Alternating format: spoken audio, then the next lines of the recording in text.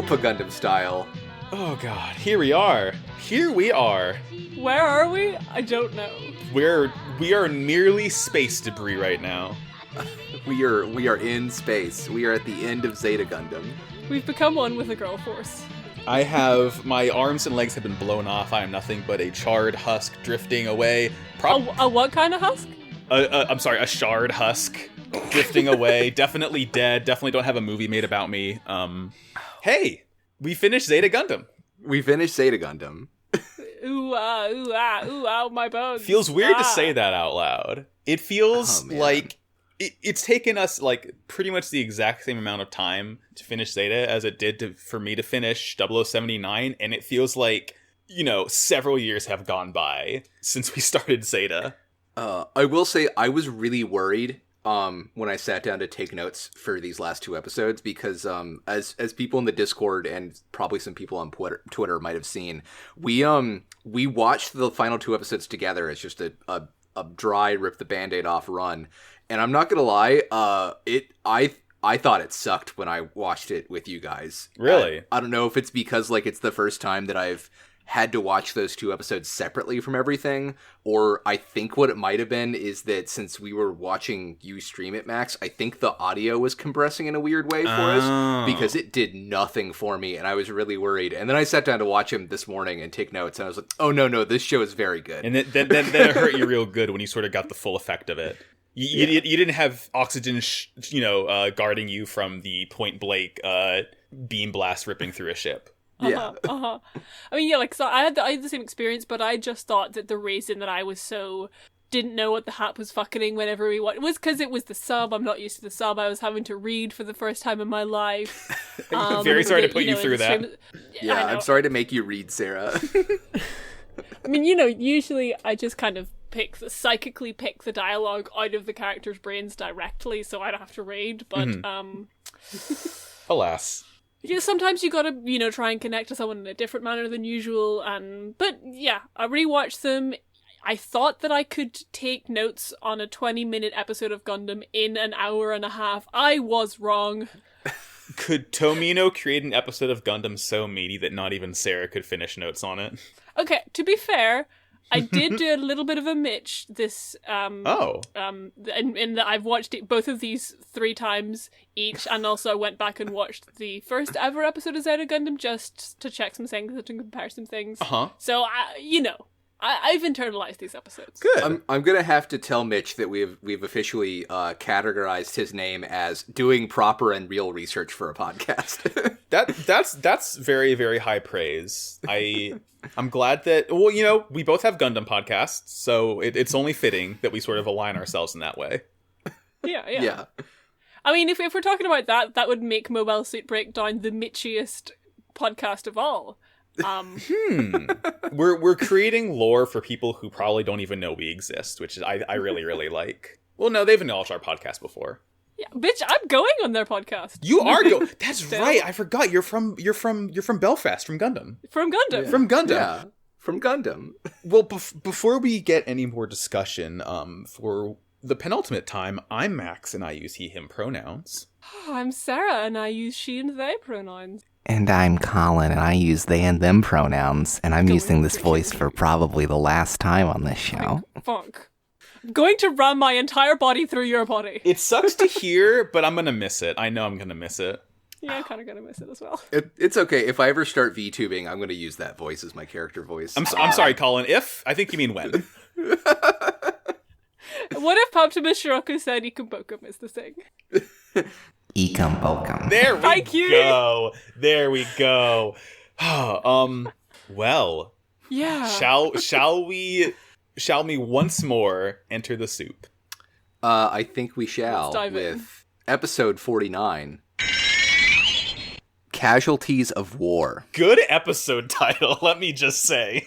Wonder what happens in this one. Couldn't Please say. tell us. Who could say? The Argama rejoins the fight at GURPS 2. Katz flies into an asteroid and dies.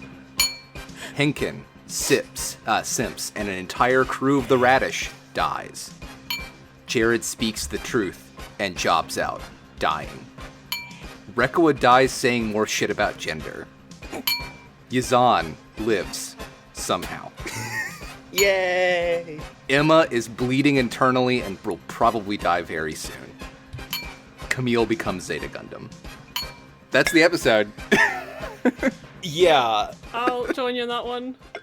I've poured my entire drink onto the floor in respect? Question mark? Who can say? Yeah. Yeah, this whole episode's basically just one big battle where everybody fucking dies. I will say, the sort of trope of the big battle happening, everyone dying, I feel like it can go many ways in a lot of shows where, are the deaths earned? Are they not? Is it wanton slaughter to kind of show you the horrors of war? Is it because the writers wanted to kill off characters? I think for the most part, most of the deaths, with one glaring exception, I'm okay with. Like, from a narrative standpoint. Yeah. Mm-hmm. Is the exception Jared? The exception's Jared. Well, I think rewatching Jared's death, and we can get into that. I think it's a lot better than it initially hit me. It is like, I wish that Jared had more screen time up until this point to make it more effective. I think the thing that's really missing. Yeah, no, I do have some things. I mean, bit aside, I do kind of like the way he died. I'll get into that when the time comes. So starting out, we're heading over to GURPS 2. It's the big final battle. They really got their line art budget going on here, just drawing glowy laser lines. I really love the way the animators draw like beam battles in space, where it's just like, 3 or 4 images of lines drawn blinking on and off. It's just like, you're not going to waste budget on that, but it still looks fun. I like it. It's also like, it's genuinely kind of mesmerizing. It is. It's like a Pink Floyd concert. It's like, but it's a space battle. It's like a yo-yo from Paw. And you just keep looking at it. And like the way they deploy it is like always so perfect, because you will be able to pick out details. Like there are some of the shots where, like, you'll see just like explosions everywhere in lines, and like, Yazan and Camille will be fighting, and then kind of zoom off, and then you just kind of see like the snaking trails of their verniers kind of like in the background. Mm-hmm. And it's just like it's good. It's like, this is when Gundam does good huge battles, like this is how it deploys them well. Yeah, oh yeah. Mm-hmm. I mean, we don't quite get to see the level of like insane vernier space thruster animation as we do in like IBO. Every single time that happens in IBO, I just like lose my shit. But we're not talking about that show. Yeah. Yeah. So, we're starting out, the battle's happening, everyone starts to launch in sortie, Char's allowed to go out, Emma's going out, Katz is going out, and he's, makes comments on how he's like, we should just hang back, we should just let Titans and the Axis destroy each other, and everyone is like, Katz, this is why you're gonna die in this episode. Yeah, Katz is so angry. He's no talk me, I'm angry, like, and it's the same anger that we saw from Camille like 2 or so episodes ago, but just like, he's just like, Emma is like, Katz, you've still got Sarah in your mind, you have to focus, it could be fatal for you if you don't focus. And then the Always Sunny title card plays, and it says Katz doesn't focus and dies. Yeah, she says it directly into the camera. Katz doesn't focus and it's fatal for him. Everyone makes Jim off his face.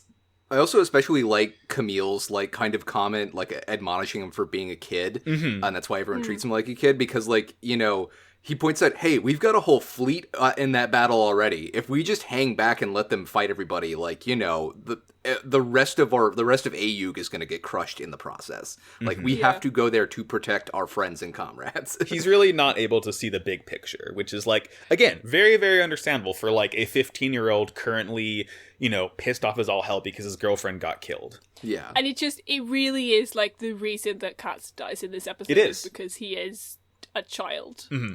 He is a Gundam protagonist at like episode like 25 at the end of fucking a Gundam series. Like, he has not gone through the proper like emotional training to be able to be in this part of the show. Yeah, he doesn't have enough trauma yet. It's the stand arrow. He doesn't have enough spiritual fortitude to make it through this battle. They give him the wrong kind of trauma. Instead of giving him like mental or psychic trauma, they give him blunt force trauma. Right, yeah.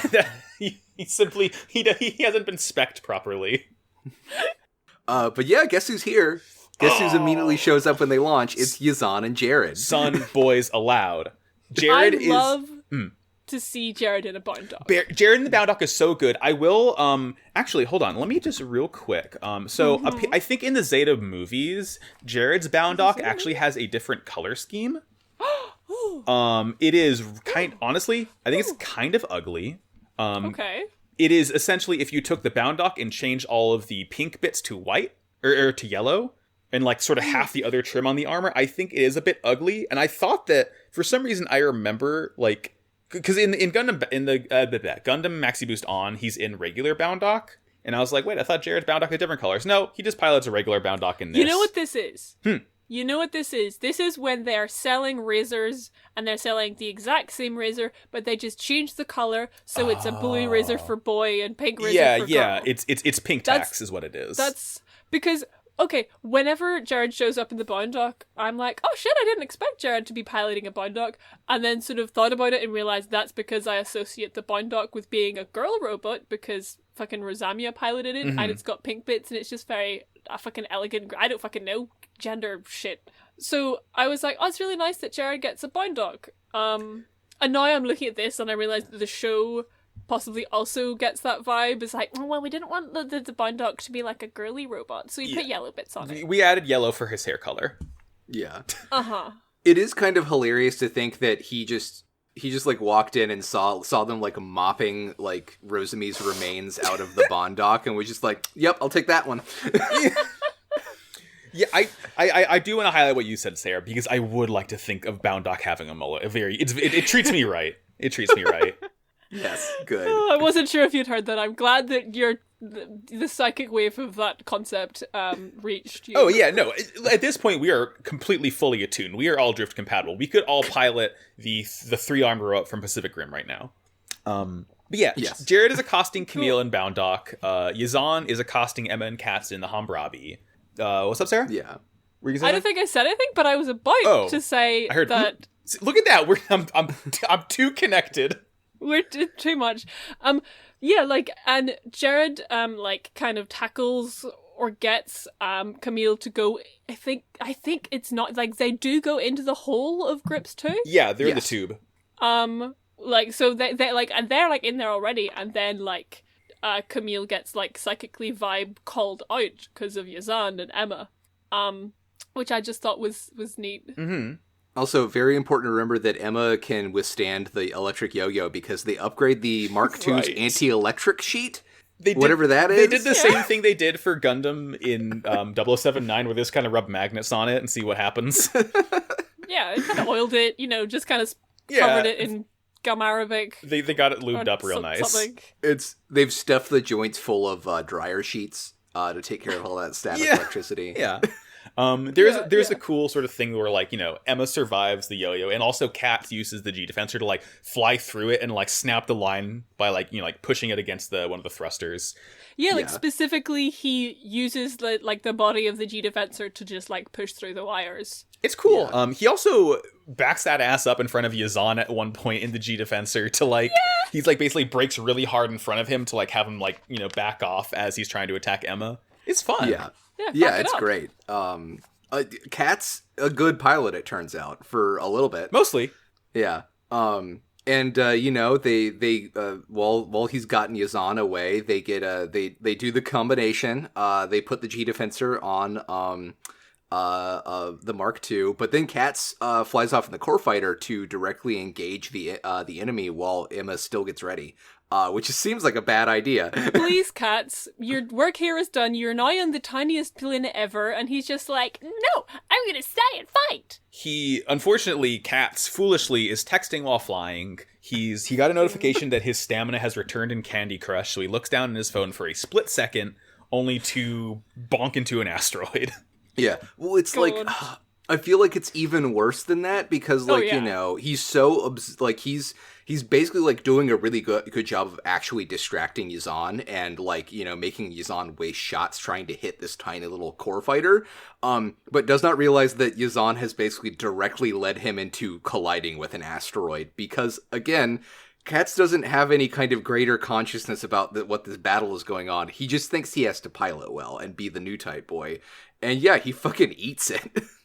And, like, honestly, it feels to me because, like, he turns, like, after dodging all of Yazan's shots, being cool, like, he turns around and basically kind of goes, yeah, yeah, yeah, yeah, yeah, and fucking beefs it. It's just because he decided to be sassy for, like, a second in the middle of a battle. Yeah, it's his hubris. And it's really funny the way he does it, because, like, he doesn't hit the asteroid and explodes. He hits the asteroid and comically starts, like, just twirling around. It doesn't really... It's like that, like, boom sound effect noise you see on, like, Twitter memes a lot. It's all it does. God. Like, this itself isn't what kills him, because, like, he bonks and he's just sort of like a sitting duck, and Yazan is like, I think I'm going to commit murder, and fires a couple times at the core fighter, and sisters. I mean, I would say that, like, the thing that kills him is that when he bonked into the asteroid, like, all, like, his tiny plane just broke, the faceplate of his helmet shattered. Sure. And the thing that he is dying of is space. It's like in the Return of the Obra Dinn, when there's like 5 different ways that a person got killed. Don't spoil Return of the Obra Dinn. I might play it one day. No, I'm not. No, I'm just saying there's like it's like that, where there's like 5 different ways that the person could have been killed, but you have to figure out the one way that actually sort of did him in. But this time it was all of them. This way it was all of them at once. Yes. It's like the explosion of the engines after he gets shot is just a mercy after, like, inhaling truly a toxic amount of fumes that are, like, filling the cockpit and entering through his broken visor, and it's just, Cat's got fucked in this episode. At least he gets to see his girlfriend right now. Yeah, Sarah's like, hey, Cats, would you like to come into the girl zone with all of us? Yeah, would you like to come into the hot tub soup? We saved you a seat. The exact thing that she tells him is, people mustn't be too honest, but you taught me how beautiful such honesty can be. That's why I'm glad I was born into this world. I'm truly glad that I was able to meet you, Cats. I like this. Yeah, I mean, this is kind of like the end of Mobile Suit Gundam kind of thing. It's like, you know, Sarah was in a bad way for the most of the show, and this is like us getting to understand that this is what being a new type is. It's being able to be honest with each other. It's being able to be vulnerable. I mean, she still is kind of in a bad way in the next episode. Well, but we'll get to it. They win her over. It is the sort of Gundam trope of like, damn, you shouldn't have done that, but I'm glad you did. Let's go to soup now. Soup time! Soup time! Yeah. So Cats is dead, long live Cats. Also, it's really weird that when he's going into the soup, like, we see the whites of his eyes, which we've never seen before. I looked at that and I was like, I don't know who this character is. I've never seen this design before. I did not like that shot. It's especially because, like, going back to 0079, I love how characters were drawn almost in, like, separate styles from one another. Like, you know, you never see the whites of Bright's eyes, you never see the brights of his eyes, you never see Mirai's whites. And, like, Cats is the same way. And it's just, like, I simply don't like to see it. If I ever end up seeing, like, Mirai's or Bright's whites of their eyes, I'm going to turn the show off. Well, they'll be budget eyes, so... Yeah. Yep. I don't need to see it anymore. And everyone feels this when he dies. Even, like, Bright feels it, and Bright's never felt a vibe in his goddamn life. Well, I mean, I thought so at first, and I realized, wait a minute, no, because Amuro talked to Bright at the end of 0079. Like, I think Cat's meeting his girlfriend and, like, her, like, baptizing him in the soup, like, just sent out a new type wave enough that, like, regular people could feel it. Yeah, he can, like, feel it. Like, Rekua feels it. Mm-hmm. I think, actually, because I noticed, like, Rekua feels it, and, like, she's standing beside Shirako, and, like, she turns around, but, like, Shirako doesn't, like, Shirako doesn't care. Maybe he does feel, he just doesn't He feels it, but he does not want to. Well, he feels something else, which we'll get to here in a second. Yeah. But I feel like this is one of the moments that really, like, underlines the fact that for all, like, the talk of, like, you know, the Zabi idea of the new type Superman, or the more, like, Federation approach of, like, new types as a psychic weapon kind of thing, like, this is one of the moments that really underlines the idea that every person has the kind of potential to reach this, and, like, the important part is the connection and the communication aspect, not the wibbly wobbly mind laser aspect of it. Yeah. Being, like, literally weaponizing girl power is a nice side effect of it, not the real reason, though. Yeah. Really, the true purpose of girl power is being able to tell somebody what you really, really want. Tell me what you want, what you really, really want. I wanna. I wanna take a dip in this soup. I really, really want a Zeta Gundam. There we go, baby. Let's do it. It turns out that the Spice Girls are, in fact, new types. They're the Space Girls. They're the Space Girls. Okay, but this episode is about Space Girls. Reckless Ginger Space. When were the Spice Girls really popular? Sorry, like the mid-90s. Mid-90s. Yeah, like 1998. So, what Gundam was really popular in the mid-90s? Gundam Wing. Unfortunately, I rest my case. Okay, all right. I don't understand. We clearly haven't connected on a deep enough level, Colin. I think that we should make a Gundam that stars the Spice Girls. Is what I'm saying. Probably a more likable cast than the main characters of Gundam Wing. Yeah. Lila, Sporty Spice. Emma is Emma Posh Spice, you think? Emma's Posh military Spice. Yeah, Emma is Scary Spice. Emma's Boot Spice. Rekua is espionage Spice. No, Rekua's Gender Spice. Gender Spice, God. Fa is Justice Spice. It's hashtag Justice Spice. Hashtag Justice Spice. Okay, so Katz is dead. Katz is dead. Emma's not happy about it. Yeah, there's some very intense, like, Emma facial animation. I noticed that they animate her doing that thing where, like, one eye is bigger than the other to like, signify she's kind of unhinged. Mm-hmm. Yeah. Which they do quite a lot in these episodes, funny enough. She became the Joker.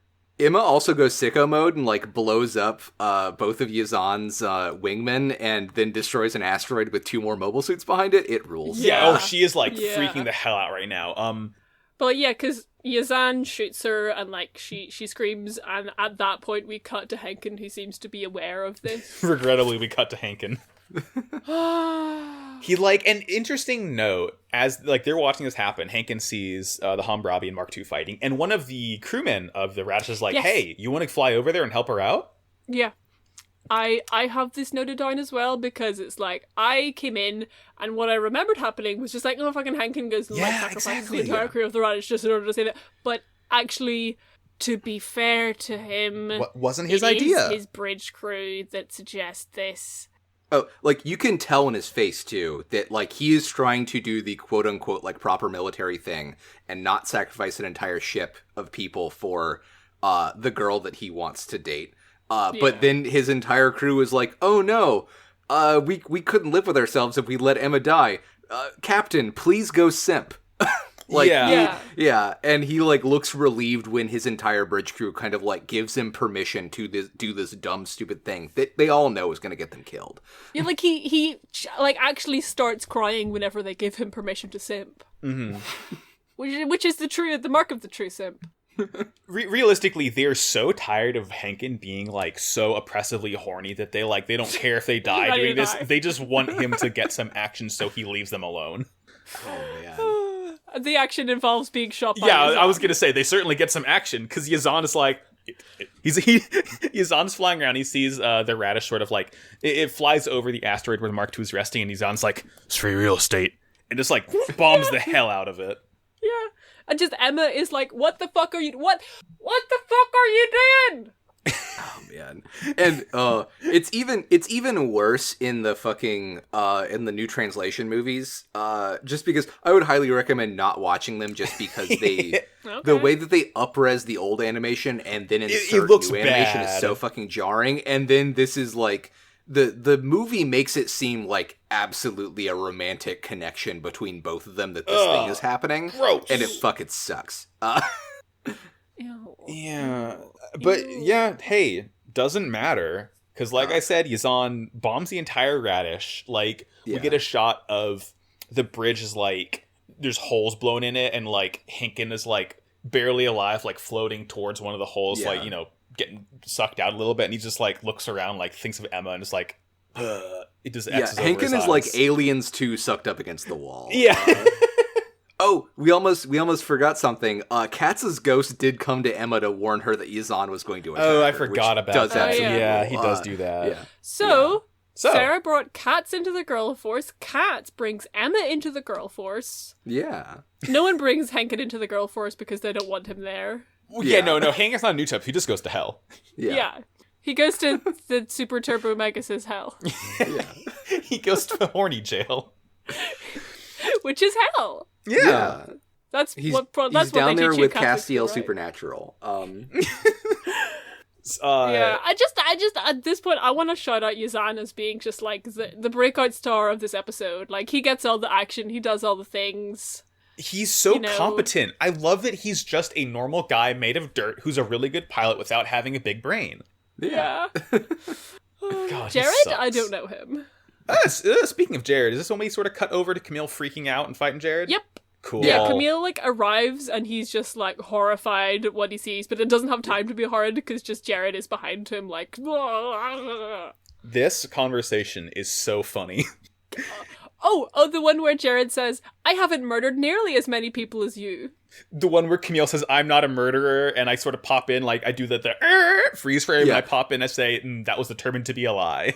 This is one of the many like conversations I wrote down exactly because Camille says it's because of you guys the battles will never end. Disappear. Mm-hmm. You've got some nerve. You're the one who keeps urging me to fight. I haven't killed as many people as you have. I'm not a murderer, and then I will kill you with my own hands. Then you won't have to fight anymore. Which is, if this isn't these two boys' relationship in a nutshell, I don't know what it is. It is. I genuinely, like, okay, having seen all of Zeta, I can firmly say that, like, this is a better rivalry than Amuro and Char in 0079. Yeah. Yeah. Like, they have more reason to hate each other. They have much better, like, when they actually get together, it's really, really good. And it's also funny in a way. And, like, it's just, I honestly do think Jared is my favorite Gundam character. Just because of, like, half because he's funny. He's just my funny little son. I like to see him a lot. But also just because it's, like, his sort of trajectory is insane. Where, like, this whole thing wouldn't have been a problem if, like, Jared hadn't, bullied Camille and I rewatched the first episode. Yeah, I believe you have some things to say on this now. Yeah, and it's just like, I was incredibly, like, I had forgotten how much this whole series, literally this whole series happens because of Jared, and also kind of Char, it's Blonde's doing everything, I guess. Sure. But, like, Camille gets arrested because Jared calls him a girl, and then he gets into a fight. Then when Camille is arrested, Jared is the one who crashes into the Titan place, and it's just like, literally, this is all because of Jared. It's all Jared's fault. He is stupid catalyst for this entire show. Yeah. I think it is really important to, like, think about how similar, like, Jared and Camille's trajectories are, and the major difference between them is, like, Camille leans very hard into the soup when his girlfriends die, right, whereas Jared kind of, like, takes the sobering effect of death to, like, pull back.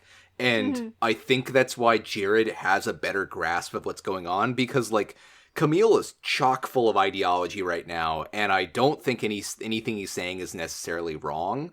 But at the same time, like, he's not mentally healthy. He is not fully aware of everything. And, like, Jared is a lot more cognizant of, like, the war crimes that both of them have committed, like, the number of people that both of them have killed. But because of everything, like, Camille has, like, given in to being a weapon of war more, and that's why he can defeat Jared, and Jared loses. Is despite the fact that Jared is healthier and a little bit more sane at this point, he doesn't have the juice, and that's why Camille is able to just, like, knock him in with a couple of shots into the radish as it explodes and kills him. Yeah, because I want to mention that, I didn't notice this in watching the sub, but in, like, the English voice acting, whenever Camille does say, "I'm not a murderer," he's like, I'm not a murderer, like, defensively. It does not seem like he really, really genuinely believes that, like, buddy. We both know. Yeah, like a kid lying to his parent. Yeah. And what struck me the first time about this scene is just, like, how quick Jared dies. Like, they have that exchange that you said, Colin, and then, like, they shoot a couple shots at each other, and Camille, like, just goes sicko mode and, like, blasts Jared and, like, pierces the bound knock, and it flies back into the radish, and, like, Jared's, like, gone in a blink, basically. And as sad as it was to me that my favorite character died so quickly, I do think it's really fitting because Jared's whole thing is that he chases glory. He wants success. He wants to lead. He wants power. He wants, like, to basically better himself and grow. And I think it's such a fitting end that he just gets killed like that so quickly. that like it's a good sort of bookend for his arc. He dies like a Scooby-Doo villain. Like he literally starts saying like, Camille, if it weren't for you, if it weren't for you and that meddling robot. Like literally is his final line. It just gets like cut off halfway through as the radish explodes, and it gets so fucking funny. It's really hashtag justice for Jared. God. I don't know. I think this is the thing is like I feel like if Jared was going to survive this series, something absolutely cataclysmically horrible would have to like happen to him, because like a thing that makes Amuro and Char work in Zeta is the fact that, you know, they walk out of Mobile Suit Gundam basically on the same level and still kind of like operate and exist at like similar levels in Zeta. And for like Camille and Jared to both be in Double Zeta together, something very bad would have to happen to Jared. And I think it would have to be a very kind of like a serious like bodily disability to match what's going to happen with Camille, which is a thing I would be open to, but like I don't know how that would play out, and I would not trust fucking Tomino to write it. No, it wouldn't be justifiable. This series doesn't really have a great read on like bodily disability. I'm trying to think of why I think that, or I just feel it integrally because we know it to be true.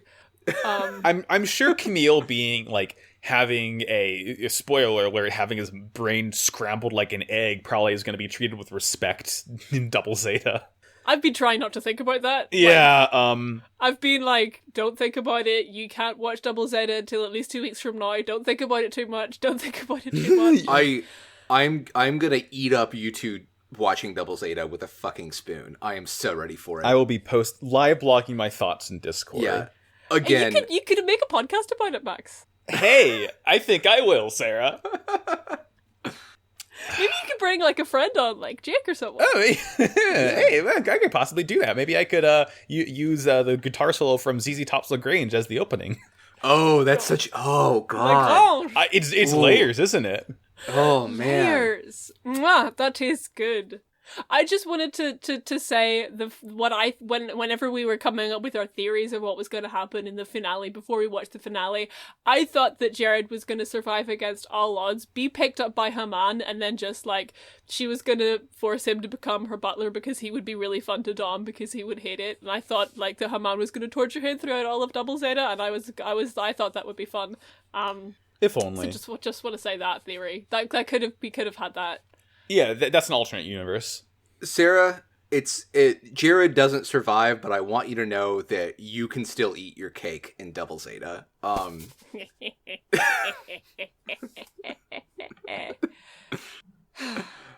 enough about that show. Yeah, the boy ain't right. Camille's having a breakdown, firing into the air like a maniac, like he does. Yeah, he's like horrified at his own actions and starts just saying that everyone's dying over and over again, and does the point break, shoot in the air a bunch of times. Mm-hmm. Yeah, he's, this is like the second time he's LARPed last shooting.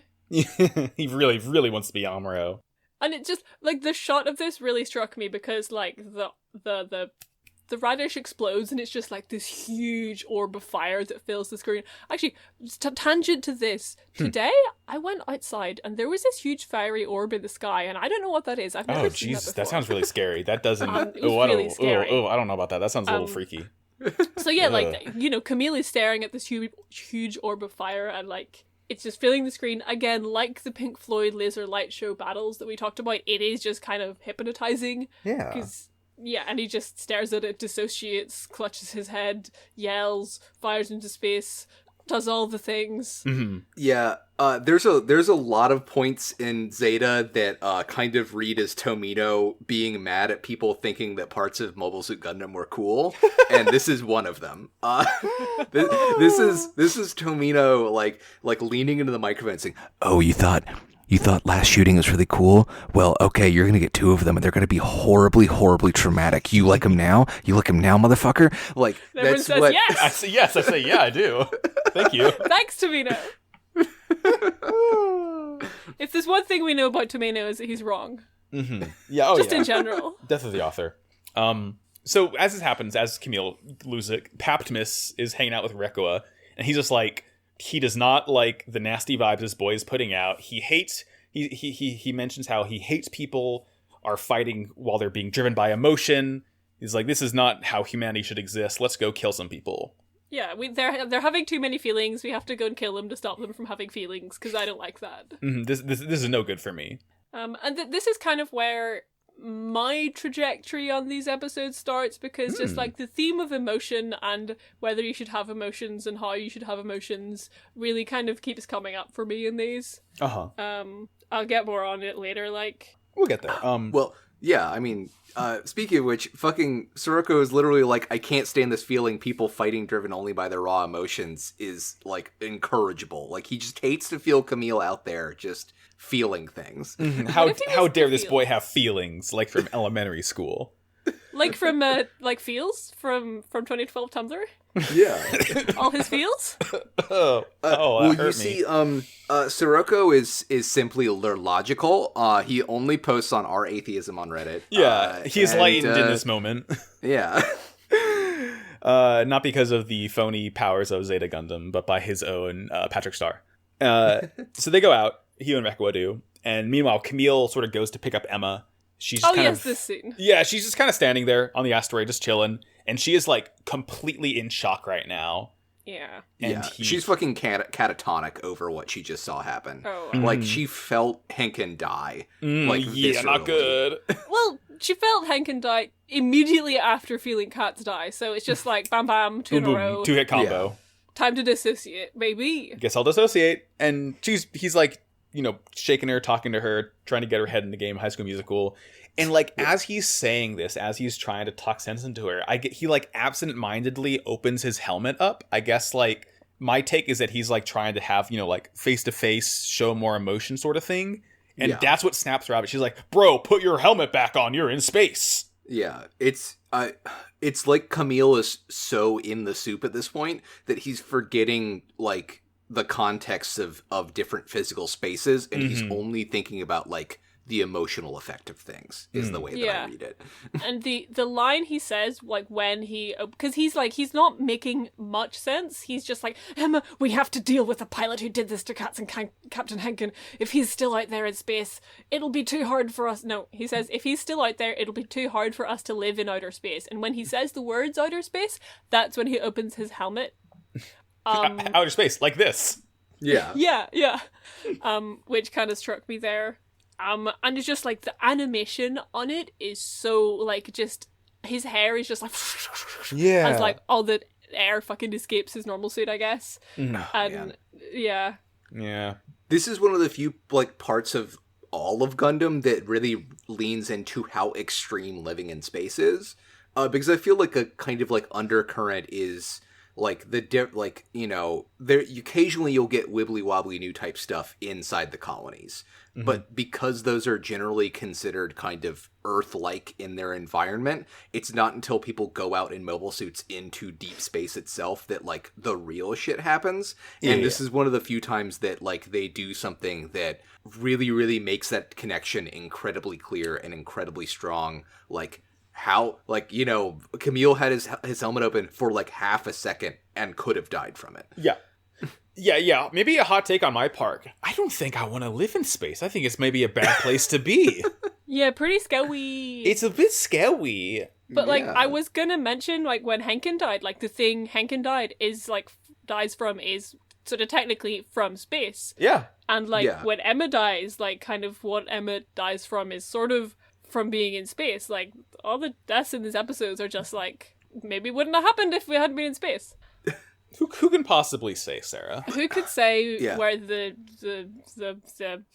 argument goes? And I think the counterpoint to that is also the only way that humanity ever could have defeated space fascism is by going to space. Like, it's by all of this stuff that Camille is able to, like, stop Sirocco and stop him on, and we'll get to it. We'll get to it. Camille ends up, you know, he gets Emma. She goes back into the Mark II. He's like dragging the Mark II over for Fa, and he has Fa take her back to the Argama to like get it repaired. You know what? Where else we're gonna get while we're at the Argama? Please say it. Mega Bazooka. I love Big Gun. Nothing's cooler than Big Gun. Can I tell you something really sad? Oh, yeah. It's not called the Mega Bazooka in the dub. What? I think it might have been called it last time, but this time they call it, like, the big launcher. Like, they don't call it the Mega Bazooka. They go back and forth calling it the Mega Bazooka and the Mega Launcher, and the Mega Launcher is eventually where they land as far as what they're going to call this thing in canon. But we can cherish the Mega Bazooka early on in the fucking show, and I will always forever. be the Mega Bazooka. Well, I think it's a little confusing that they sort of settled on Mega Launcher, because as we know, Mega Launcher is an ability in Pokemon that powers up Pulse and Burst by 50%. So, I mean, it's a bit confusing. Isn't that what Char is doing with it? Like, he's powering up Pulse so he can shoot. I know he shoots someone with it later. I don't even know who. Yeah, I guess he's. You could argue that he's using Dark Pulse with it, which is probably the most. I mean, it's certainly not Heal Pulse. Okay, so you think Char is a Dark type? I think Char is a fire Dark type. Okay, definitely fire. He loves red. He loves red, but I still wouldn't call him a fire type, though. I would say he's definitely not psychic. I would say like dark fighting or like dark steel. Okay, I think Dark Steel is very good flavor, especially because if, like... Okay, yeah, no, you know what, Colin? I'm thinking of the Pokemon Bisharp. That's just Char. Yeah. Char. That's just Char. Hold on, let me... It's just Char, baby. Let me just post this... Bishar. Isn't that what you said? Exactly, yeah. Let me just post Bisharp for you, Sarah. It is literally Char.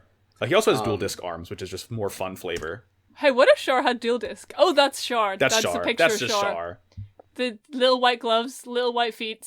Excellent. Red. While we're here, Amuro is normal psychic, and that's the only reason that he can withstand Lalo's ghost type attacks. Exactly. Yeah, he's immune to it. Very good. Yeah.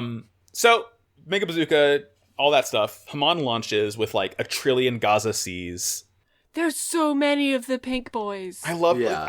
Actually, I'm just kind of okay on Gazas. They look unfinished to me. Their top half is weirdly sparse and wiry. They're a weird design. They only get weirder in Double Zeta, but they do kind of fill them out with a couple of like different variants. That's good. I both love and kind of dislike them, but they're like so weird that I can't not really just kind of appreciate them when I see them. I appreciate a nice weird grunt suit like that. I look at them and I say, pink! Pink! They're all launching. Paptimus and Rekoa are flying towards Hamon and her crew. They sort of like start buzzing each other. And as they do, Char fires the Mega Bazooka. Every single Gaza Sea is just obliterated. Yeah, it's oof. It's like Gundam Wing Up in here. Because when I watched the episodes for the second time, I was like, Jesus, there's so many of the pink mobile suits. I don't remember them being a problem. They're a problem for about 5 seconds. Whoops. Yeah. Oops. It's very funny to think of if you were to tally up Char's hit rate with the Mega Bazooka up until this point, it just skyrocketed from one hit that actually hit a bunch of stuff. He really like padded out his ratio at the very end there. Yeah, his mistake was trying to shoot one thing at a time. He should have just done mass. He should have simply shot everything. It's his choice. Yeah. Unfortunately, though, Hamon disables and destroys the Mega Bazooka after he fires it. Okay, but it is very cool that she does it with her funnels. I love funnels. I love funnels. They're so good. Much. They're so great. Something to note is a friend of the show, Callie, in our Discord posted that like they never actually call them funnels in Zeta, and in 0079 they only call them bits because they had their own power sources back then. So like these are only funnels because we know them the term after the fact. Like they're only funnels because of how fun they are. They're very fun. And like I think this is a thing that goes back and forth in localization a lot, because I think the funnel term came up because that's the shape that they have. They look like a funnel. Yeah. They look like little turkey basters. Yeah, but then like bits are like a more that's become the more common like accepted translation term, or like, you know, a technical term for what they are. Right. As far as like as things keep getting things like this. Yeah. I don't know. It's Gundam is wild and long, and it's been around for 40 years now. 41 years. Yeah. Oof. Everyone's fighting each other. Like Camille is about to fight Rekkoa, and thank fuck that, like, Emma comes in and is like, no, I am going to fight Rekkoa. You are going to go chase Yazan. Yeah, like, at some point, like, Rekkoa and Yazan have Camille sort of pinned, and Rekkoa's gonna kill him, and then Emma saves the day, so which makes Camille leave, and, who... Yeah, specifically, Emma, like... Because Yazan gets kind of yoked into space, I don't know, and Emma is like, Camille, if you want to live, go and chase down that mobile suit. And, like, Camille's response to this is like, okay. Like, he's kind of dissociating. Yeah.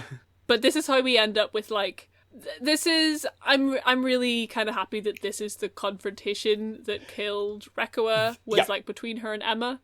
I think, this is, like, the second best one we could have gotten. Yeah.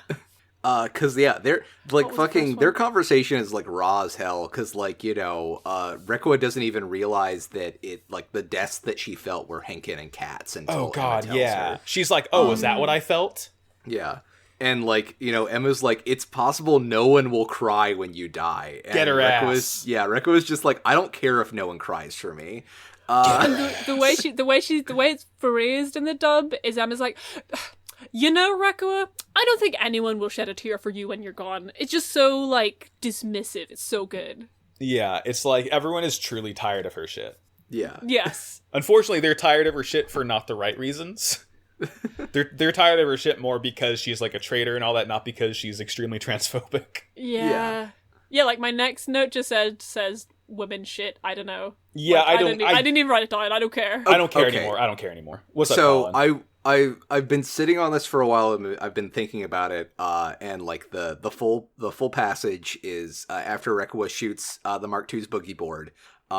Is Emma says you're being too much of a woman. That's right, I'm a woman. That's why I'm here, and now I'm your enemy. They do the sick beam saber cross counter, and we get the negative zone for, like, a full 5 seconds. Yeah, and so rad. And then Rekkoa says, please understand, Lieutenant Emma, men think of nothing but fighting and can only think of how to use women as tools, or if anything else, how to humiliate women. And I think, not to give the writers too much credit, because they are incredibly transphobic, but I think this is what they were trying to get at the whole time with Rekkoa, is that it is acknowledging the kind of inherent sexism of the men in power, even in the AUG, that, like, you know, the way that Bright and Char have treated people for this whole season, even when they're being good and kind of, you know, it seems like their intentions are valid and they care about people. It's still, like, you know, women and children are things that they see as, and even, like, their own fellow, like, men comrades, they're tools for the war machine, and that's how they see them. And, like, the fact that Char never gave any kind of, like, emotional, like, interiority to Rekkoa, or tried to, like, honestly make sure she was okay, and just kept throwing her into these situations. I think that's what they're trying to get at. Is this is yet another angle of showing that, you know, AUG might be in the right place as far as, like, ideology and what they're trying to accomplish, but, like, there's still the military industrial complex. There's still the war machine, and that process will always look for the most vulnerable people to, like, take advantage of and work into the system. And, like, I feel like Rekkoa's arc is, like, she dies because she gives into, like, evil. She, like, joins the bad force because those are the people who are going to make her feel better about what she's doing, but she's still being taken advantage of, and that's what they're trying to nail home. So yeah. So you're saying take advantage of the way that because I've got this last part written down because, you know, I've also got Rekkoa finally makes some good points. So I wrote down that last sentence, and the way they translate all men want to do is humiliate us, is take advantage of us, is the way they translate that, instead of humiliate. Yeah. Yeah, basically all men care about is fighting. They see women as tools to be used as they fit. No, it's worse than that. If given half the chance, all they do is take advantage of us. And then whenever, you know, there's the big explosion, you know, Rekkoa's mobile suit explodes, Emma survives. And when Emma, like, flies out of the cockpit, the thing she says is, take advantage of us, Rebecca Lond. Yeah, and that kind of fits because it feels like like, while Emma's, like, head is in the right place, like, at, like, a personal level, Rekua kind of gets the way that Emma is being taken advantage of, like, at a macro level better. And I feel like that's kind of the good way that that's why I'm so glad that these are the two characters that have their final fight together, because it really juxtaposes the fact that, like, Emma is a good person who doesn't get how the structure of everything is harming her. Whereas Rekua is just an awful person who does understand how society is harming her. Mm-hmm. Yeah, and, like, I don't know if this is what Rekua meant, or just me personally reading, or what, sorry, I don't know if this is what Emma meant, or if it's just me personally reading what she says as, because, like, I thought that she was talking about how, like, Rekua has been just done nothing but letting Shiraku take advantage of her for the last 20 episodes, and so I kind of read that as Emma being like, ugh, shame you didn't get it, but also she did get it. Yeah. Yeah. I don't really have anything else to add to what y'all have said, but, like, what's happened with Rekua is that she's been a stopped clock ever since, like, halfway through the show when she came back and started, like, saying wild shit. And unfortunately, she was stopped at 4:20 p.m. and she was killed at 4:20 p.m. So her final act was saying something kind of correct. Yeah, I think regrettably so. The last thing I want to say about this is that, you know, it's just very 1980s. It was very 1980s. You know, like, being like, yeah, all men care about is using women. Like, yeah, that it's just very 80s. Yeah, it's like you're right. Think more on that, though. Yeah, you're right. Keep going. Yeah. Remove you're some not of the done. gender from that. Think about the people who maybe aren't men or women and how they're being taken advantage of too. Like, learn what intersectionality is and learn what solidarity is. or die. Yeah. You know, maybe when she's in the soup, she'll keep going, she'll simmer a little more, and then we can start removing, you know, we can sift the gender off of the top and just kind of put it in the garbage. Then we can begin to heal. Yeah. But Rekka was not healing from this. No. Yeah, Rekka was very dead from this. Yeah, her suit blows up quite a bit, doesn't it? Doesn't it? It blows up. It blows up because Yazan comes back and shoots it. So it blows up partially. Like there's like some debris scattered around because Emma comes out of the Mark II and like floats over to Rekka. She's like, "Oh shit, you okay, girl?" And then Yazan flies by, shoots the rest of the palace, the Theme, blowing it up. So yeah, Rekka was like dead for real. Emma gets like completely like shotgunned by a ton of space debris. Yeah. It's such and like then a something quick shot of Emma getting like you blink and you'll miss it. And then something a bit curious happens. I want to actually, before we talk about that, because I'm going to take my sweet fucking time talking about sure. The reason that Yazan came back is because like Camille stopped chasing him. And like Camille stopped chasing at him because he could feel that Emma and Rekka were about to stab each other. He was like, "Ho, don't do it! Hose, don't do it!" Hose, don't do it. Said. But like he stops chasing Yazan and comes back, and like that's what allows Yazan to come and like do the shoot thing and have all the space debris that ultimately kills Emma. So I'm just kind of, I don't know, I'm Pepe Sylvia connecting the dots and being mad about it. And Camille's being mad about it because Camille. Oh god, here we go. Let's get some weird new type shit. Yeah. So Camille lets loose on Yazan and envelops the Zeta in this pink new type energy as he funnels the lives of his lost friends into his mobile suit. And the thing that he's yelling is about like lives and like how so many people have died. And Yazan, who has just been here like yeah the whole time, like the thing Camille yells is, "How dare you enjoy this?" And starts going pink. He has a point. But yeah, the light enveloping the Zeta Gundam completely protects Camille from Yazan's beam cannons. Like, just fucking no-sells it, no problem. Oh, yeah. And, like, Yazan even says, is this some kind of, like, beam barrier? And there's even, like, a pink psychic beam connecting Camille's, like, forehead to the Zeta control panel. Space Ripper Stingy Brain. Yeah. And, like, he does it, not only does he, like, essentially make the Zeta invulnerable, but, like, he powers up his beam saber. He, like, overclocks his beam saber. His beam saber grows 7 sizes. Yeah, it is he sick. does the cool Legend of Zelda, you slash the sword with full health and it shoots a laser at the Yeah, enemy. he does a sword beam. Okay, and the line he says when he's doing this is the most Yazan thing Dude, I've ever it's so heard. good. He says, "You are an animal in human form. You don't deserve to live." He's right. Well, that's too bad because Yazan does live, because even though the Hammurabi gets cut in half and explodes, Yazan escapes in an escape pod and just floats into space. The Hammurabi spits out the little cherry pit Yazan was hiding out in, and then it gets torn apart. And I guess we'll do the lore dump later at the end of the next episode of what just happened here. Really weird that they didn't say this before. I think you mentioned that they do in the movies, Colin. That they from everything, like watching this again, it's not mentioned at all in this, but it is a part of the kind of like when they would release like the art books with like full technical drawings of all of the mecha and stuff. Like this was a firmly established, this is the thing that does the thing, and we can get to it later, but like they just didn't. I don't know what's going on at the end of this show, and I don't think any of us do.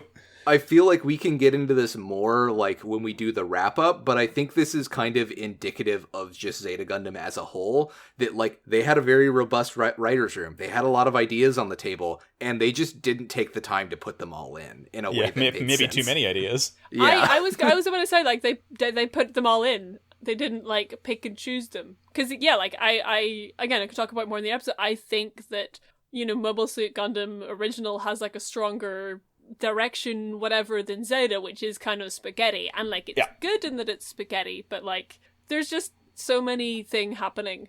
Everything happens so much. Yeah, and like I do have some things to say about like the Zeta Gundam's girl power node. But yeah, it's just the boy is simply glowing pink. Yeah. And then, he rescues Emma again and takes her back to this, they end up in an abandoned ship, and that's the episode. That's episode. Yeah, he says, he's like, "Oh, Emma, can you tell me where it hurts?" And Emma says, "There isn't a single part of me that doesn't hurt." So, that doesn't seem good. She just kind of gestures vaguely to herself. Yeah, just massive internal hemorrhages going on here. All of her bones are broken. She has become boneless. She has ascended to godhood. God. Like Sasuke before her. She's internally bleeding where the blood is supposed to be. Yeah, if only Camille could get her the curry of life. If only Camille had a phoenix down. Well, shall we tuck this last one away? For the final time. Episode 50. Riders in the Sky. Thank you. I'm so glad you hit that. So, Camille has taken Emma into the airlock of an abandoned ship, which is just kind of floating in space. She is dying. From the ship that they are on, sort of floats into the barrel of Grips 2, which Bright is busy trying to get that to fire to fucking destroy the entire Titan fleet. Also flying into the barrel of Grips 2 are Shirako, Char, Haman, and this is where their sort of triple tango confrontation dance plays out. Across all of Grips, they fight in the bottom of Grips, they fight in a theatre in the best scene of all time. And at some point, Camille and Fa come in and interrupt, and they have to leave. You boys, you gotta stop fighting, because the laser is about to fire. There is some shit goes down, some tense moments while they're trying to get out of the big laser before it fires, and they eventually get out. The laser fires, the entire Titan fleet is destroyed. Shara ends up pursuing Haman away, with Camille chasing Shirako. And Shara does confrontation, does some counterattacks towards Haman. While that is happening, Camille does the final climactic confrontation of the show, in which he effectively uses girl power to kill Paptimus Shirako. And what happens after that is up for debate, because we're still not sure who owes who $20 on this podcast, and we will be discussing it in depth. And everyone lived happily ever after. And everyone lived happily ever after. Yep. Yep. Certainly no other Gundam series made after this. Certainly no other Gundam series airing a week after this. Certainly no more Gundam content. We're done with it. That's all. In the episode, Camille has Emma. He takes her inside this like derelict ship. She knows she's dying, and she's like begging Camille to effectively use her girl power and end the war. She's doing Brandon Sanderson Warbreaker at him. I know no one is. Maybe Jake's listening. I'll get there. I'll get there. You could give people your life force. It's kind of wild. That's cool. What I want to say about this is that he takes her somewhere where there is air so that they can take their helmets off and have an emotional conversation. Yeah. Which is pretty cool. I like that. That's a nice little bit of like, I mean, Camille respects women. We know this. He respects humans, and like, it's nice. It's like he, has this nice face to face, and like, she's like on his lap, like literally dying in his arms. Yeah. Like it's pretty rough. And like the thing that really hits home for me with this is the fact that, like, Camille says that once things die down a little bit, then he'll take her back to the Argama where they can treat her for her injuries. And this is probably the moment in these last two episodes that really sell for me that, like, yes, Camille will put saving people and protecting people's lives above killing people to accomplish the goals that he has. Like, this is the moment that really defines and makes that true for me. And I really, really love this scene. And that's why he's Gundam. I started feeling that, like, last episode whenever he was chasing Jared into the hole of Grips 2, but then felt that Katz and Emma were in danger, and immediately, like, without even, oh no, I have to go back, or I'll not be able to kill, like, he just went, like, back to save his friends. Yep. It's good. I love Camille as a protagonist. He's such a good character. Can you believe people don't like this boy? Who? What? No? I know. Untenable. Listen, I mean, maybe they're just cancelling him for that one time he looked at his own girlfriend's titties. Listen, if I know anything about Gundam fans, if they say, wow, I really don't like this character, or wow, I don't like this series, it's because they watched, like, the first 10 episodes and then stopped watching. Yeah. I think that might be a sort of overarching problem with fans of anything, really. Just, like... not fully consuming media before you have an opinion on it. That's why podcasts exist. It's not just death of the author, but death of the audience as well. Death of the fan.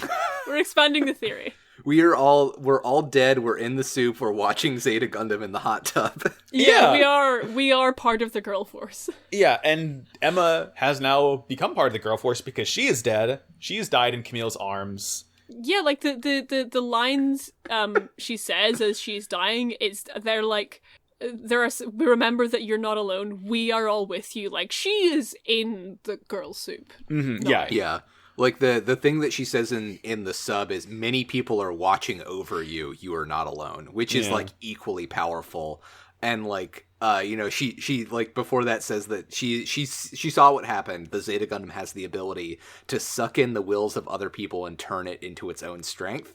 And so it's like, I think, like, especially from Camille's perspective, like, the thing that this feels like is it's not just like Emma saying, hey, take my soul out of my body so you can use it as a gun. It's more like Emma like, one, giving like tacit like permission and like real consent for her to be called on after she dies, and like saying, like, probably because she can already feel like for and everybody across the zone, that like, we're here for you, we understand what you're doing, we want to help you, and it's like, that's good. I wish more shows, when they did shit like this, would have a scene like this. Yeah. And like, his reaction is very, very subdued. Like, he does, like, the moment of her death, he does, like, hold her and cry out and yell and scream and cry. But just in this moment, he's just like, yes, I understand, Lieutenant Emma. Yeah, it's like, oh, poor Camille. Poor Emma. Emma's, like, maybe, like, the most, like, consummate soldier in Gundam, like, bar none. Like, honestly, I was kind of surprised that she died, because, like, she's such, like, such a good soldier, such a good fighter. Like, I know that I'm watching Zeta Gundam and that she's a girl. So I mean, the big problem, her biggest problem was that she's a woman, which is what led to her death. But like, there really were no death flags for her until the very end of this, which is like, it's effective, sure. It's like, it sucks, and I think it works because it's a more of a juxtaposition among the other deaths that just kind of happen and are really, really signposted. So it's like, yeah, war is bad, I think. I will say, like, in any other Gundam show, and even any other Tomino Gundam, I think Emma would have lived. Like, Tomino has a nickname called Kill 'Em All Tomino. Yep. And there are certain shows that are kind of people, like, point to as, like, these are the shows where he kills the most people. Like, if you actually, like, count up, like, main important characters who die at the end of a Gundam, Zeta's the peak. No other Gundam has as many people die at the end that Zeta does. I think there's a couple that get close as far as, like, over the course of the entire show. And, like, Victory Gundam especially gets kind of like... like, Victory Gundam gets a kind of, like, hard reputation that they kill a bunch of people at the end of it. They don't kill as many people as they kill in Zeta. They kill have an way episode called Casualties characters. of War? It does not. It's like... And again, it feels earned. Yeah. Yeah. It feels earned in the way that Sarah's death, like, didn't feel earned. But this, like, we are there. And especially since she takes... half an episode to die, basically. Yeah. And this, again, not to beat this dead horse or anything, but, like... not to beat this dead girl. Like, oh, God.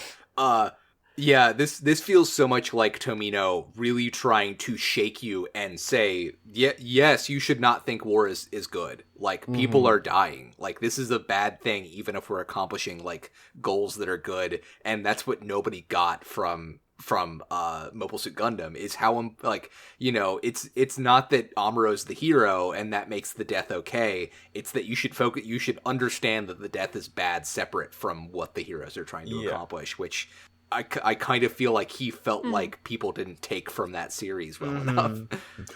The robot is not cool. Are you sure about that, Max? But, like... Yeah, well, wow, that's what Tomino says. I disagree. I do just want to say, wow, cool funeral that Camille gives her later, but the ship drifts inside Grips too. It's in the tube now. We cut several times over this episode. Bright is like luring more ships into the path of Grips because, like, when he fires that, it needs to be the thing that ends the fight. So that's the whole sort of thing there. And as that happens, we see Char and Sirocco and Haman are all flying into Grips because Sirocco is like, I'm going to destroy this damn thing. I'm going to break these stupid light bulbs. Yeah, he should. He should. Sirocco hates fluorescent lighting. It's bad for your skin. It doesn't make you look attractive. Yeah. And he's going to crack all these tubes down here. Yeah. I love that, like, I forget what they call them in the show, but, like, essentially it's what they converted, Grips into. It's, like, the thing that makes the laser. It's all these, like, conduits and stuff like that. They call it the core in the dub? Sure. They call it the laser core, but also, like, there are other parts of the thing that are damaged that they're having to get around to, which is the transformer system. Of basically getting enough electricity to these big light tubes in this big, like, chrome dome at the bottom of this thing that basically just makes a light so bright that it shoots a big laser. Okay, and, like, the problem is they don't have transformers because this is Gundam. Yeah. They only have Gundams. They've got, yeah. Well, as we know, the one they're building in real life in Japan is a transformer, but, Yeah. They have a couple of transformers, but they're all deployed right now. Like, the Zeta is fighting, and Methus is doing some defensive work, and the Masal's gone. The Ashimars are all gone. Very few transformers left. Very sad. The setting of this laser core, like, for their fight is so fucking sick. I love it. They're these giant glass columns, and, like, they're so big that they make the robots feel person-sized, and they just they shatter, and you can hide behind them, and they're a fucking sick background. It's so cool. It's big enough for the O to hide behind. Yeah. Like, these kind of fights are so rare in Gundam that when we get them, they're just so fucking good. Because, every once in a while we'll get a fight in the city where people are, like, hiding behind buildings like we had in Hong Kong. And, like, this is the space equivalent, and it fucking rules. It's really good. Yeah, because, the fight's cool in space. The thing about space is it's space. There's nothing there to hide behind and be cool. That is the one downside of space. Yeah, unless you make a balloon of it. Okay, yeah. But, Char's fighting. Sirocco and Haman, they're both like sort of double teaming on him, and like he gets his foot cut off, he gets his arm cut off in the Hyakushiki, and like things ain't looking good for him. At some point, Haman's like, bro, you gotta calm down. If you still want to join me, you need to stop this nonsense behavior, boy. I love the cinematography of this, because there's both Haman and Sirocco, and they're doing like Obama then perish meme eyes. They really are at one side of the screen. And like they're the sort of the first and the thirds of the screen, and then like Char's eyes come in and are like, I will not perish, and it's just and it's just so well done. I love it when Zeta Gundam does this. Two things. One, Sirocco calls him a new type wannabe that is destined to be killed, which is such a good fucking line, and it's really so nails like what Sirocco thinks a new type is. He says he's a mongrel who must be culled in the dub. Ooh. That's good. It's good, but not as good as calling him a new type wannabe, because that really cuts to the core. Oh, he also does say you have failed to become a true new type Char. Oh, okay, beautiful. All right, yeah. Okay. Sirocco's such a good villain. So a thing that I'm really glad that we took the time to the nature of this and the format of this podcast has forced me to slowly watch the show. Because all other times I've watched the show, I was watching like 2 to 4 episodes a day. You've mainlined it, while I went through it, if I could. And again, and then just shotgunning like the last like 7 or 8 episodes of the ending at once. Yeah, that's basically. not healthy.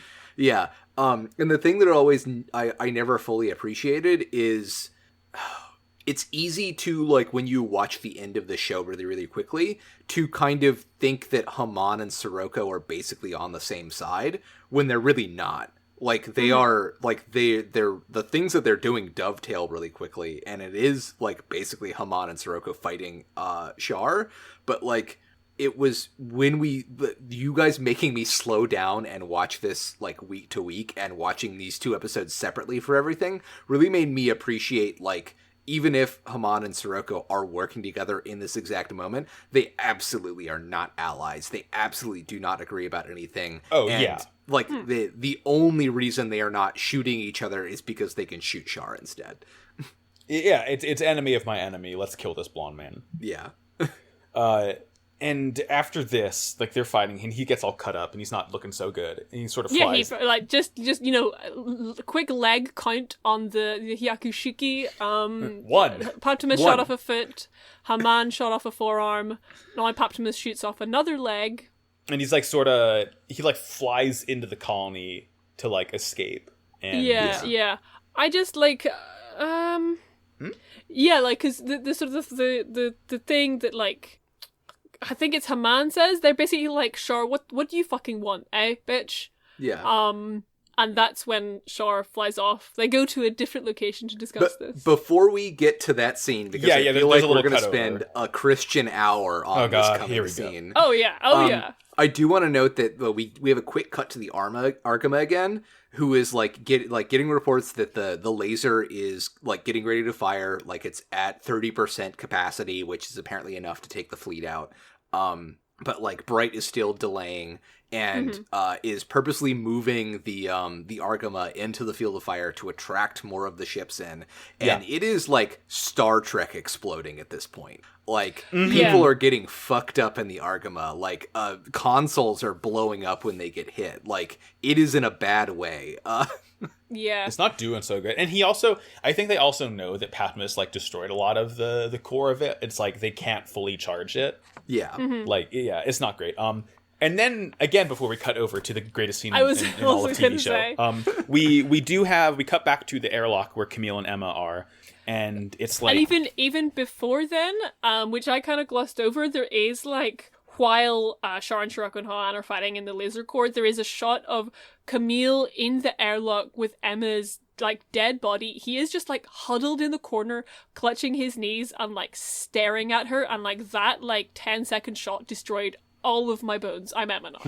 You're Emma. Yes. You got hit with the space debris. And yeah, then he gives her a space burial. Yeah, like he like closes his visor and like opens the airlock up, and we see like Well, actually, he opens the airlock up and his hair does the thing, and then he closes the visor. So just losing a little bit more oxygen from inside that normal suit. But yeah, we see, like, Emma's body, like, slowly float into the air, and it does, like, oh man, like, the symbolism of this is, like, you know, truly, like, bringing Emma into space where she belongs, like, where she always felt she needed to be. Like, I love Emma. I love Emma so much. Emma and Sarah are my favorite fucking Zeta characters, and this is really cementing that. The other thing that he says is that, like, as he's leaving the room, he just, like, softly says, Camille Budan, like, let's do this. Like, the thing that's the saddest thing. He says before he launches Zeta, it's just, like, Camille being like, okay, it is time to fucking fight again. Yeah, because it's, like, it's equally as much, because, like, that's the thing about, like, the history of the things that pilots say when they launch is also usually, like, the way that they connect the kind of, like, main pilots to, like, some kind of relatable, they're not a soldier, they're, like, a kid that's been drafted into this war, is the thing that they say when they launch is the same thing that, like, children are supposed to say when they leave the house. It's the thing that you traditionally say when you leave home in Japan, like, oh, I'm off to work, honey, like, oh, I'm off to school. It's like, you know, that's why they usually translate it as, you know, Amuro Ray heading out, Camille heading out, like, whatever, is because it is a specific, like Japanese, like, idiom that's about, like, leaving the home. And that's what he says when he leaves. Camille ikimasu. My bones! My bones. All right, let's get dramatic. Let's talk about the only scene in TV history. Char steps out onto the stage of a movie theater. And the most threatening thing you could possibly do to Char Aznavour is shine a spotlight on him. Yes. Oh my god. Haman pops up from, like, you know, the little pop-up seats holding a pistol at him. And we just see her in silhouette, with just the barest amount of color on the edges of her character design. It's so good. It's a total eclipse of the Karn. Yeah. Tells him to drop his gun, or he'll die right here. And yeah, so, like, he drops his gun, but because they're in zero gravity, it just kind of floats there. And the rest of this scene is made, like, 5 times better by the fact that Char's gun is just floating there the whole time. It's just there. Oh, it's so good. I'd love to be reminded that we're in space. He I think he says something along. I think, Colin, you, like, transcribe this entire scene. Much, give it to us. Yeah, you'll do a better job. I'm a little light on it going into this, and we're gonna get. But I have once we hit a certain point, we're reading lines, baby. I mean, okay, so do you have the line of Haman Khan where she says, "You've always been quite the actor"? Oh yeah, and then Char demands they introduce the other actor in this whole scene, at which point we just pan over and Siroko's standing there. He's like, when he pans over, he says, like, being this theatrical is right up his alley. Yeah. Okay, so I have a theory here in that, because, like, Haman also says the line to Char, like, if you decline a role in my show, this will be your final curtain call. Like, I genuinely think that they're all, like, if we were to have a final showdown in a theater like this, we would be unable to resist making a bit out of it. Like, we couldn't not just start making theater puns all over their show. Exit stage left, bitch. The only reason that nobody shoots anybody else in this scene until a certain point is because these are the messiest bitches in Zeta Gundam. They are chewing this scenery harder than I have ever chewed any scene in their life. They're busy, you know, trying to hold guns at each other, but mostly they're busy trying to, like we do on this podcast, trying to think of, like, theater puns to say. I mean, fucking Sarah, this is a Miyoji session where we're trying to wrap up 10 sessions with a fucking snappy bit of dialogue, like. God, it's like it's just again more tabletop. It's like Space Kings living for catchphrase. That's all they're doing here. There's no actual combat being had. It's like, okay, Colin, please deliver to us the transcript. Okay, so just to summarize a little bit more, Sirocco specifically calls himself a mere witness to history, which I feel like is a really, like, important, like, thing to understand his character. And then him and Haman both accuse Char of wanting the world within his own grasp. That basically he's doing all of this because he wants control. At which point, Haman again offers him to help her revive the zombies, and then they can talk about what the world will be together. And she turns to aim her gun at Sirocco. Char responds saying he doesn't want to take the world in the wrong direction. And even if I do nothing, humanity will change as it wakens to new types. I'll wait for that time to come. Which is kind of like, this is revealing that I think that Char's like true like stance, if you were trying to like give him a political stance, is that really he doesn't have an opinion on any material politics. Whether or not like I guess he wants the world to be controlled in some kind of democratic manner. But when it comes down to it, the thing that he believes in is in the idea that the world has a progressive march, that things will always get better, and even if the rise of space fascism happens, like the new types awakening and people connecting and like reaching peace is inevitable, and even if it's delayed, it'll still happen, and he's willing to give up his own authorial control of the world to see that happen. Which is dumb and wrong, but we'll get to that. Yeah. I just want to give a quick shout out to the sort of the dub iteration of that, which is where he says, "I am content to wait for that time." Yeah. I'm also going to say, it's very sort of like aligned with how he always acts, where he's always this passive player. Like, it seems like a lot of it is he's like sort of, I feel like you could argue it both ways, where you can argue, yeah, his main goal is to be passive and wait for this to happen, like the natural evolution of humanity, but also it lines up so well with, like, his unwillingness to take charge and lead things. Like, he's like, yeah, my whole plan is just, like, kick back with a margarita and wait for this all to blow over. It's like, it very much is, like, very in character for him to say this. Because, like, the thing that Haman fires back with is that, she's willing to make the moves and take charge and take over the government and create a government under the zombies that the people can understand, is what she says, so that we can make that future happen. I said the thing she fires back with is her gun. Yeah. Oh yeah, that's true. Yeah. But like I think the big difference between Haman and Sharn the big difference between Haman and Char is that like Char saw what it was like, lived through what it was like under the zombies, and sees that as a horrifying thing, and so he is more willing to bet on humanity just progressing naturally towards peace. If it's choices between that or becoming a dictator, whereas Haman is 100% somebody has to take control to like give humanity a course, because otherwise we won't reach that peace. Like people have that potential, but they need the control of a firm hand to get there. And this is when Camille shows up with a gun. Yeah. Mm-hmm. Camille shows up with a gun. His brain is screaming at the top of its lungs. Yes. Everyone immediately senses his immense psychic power. Shows up 10 minutes late to class with a gun.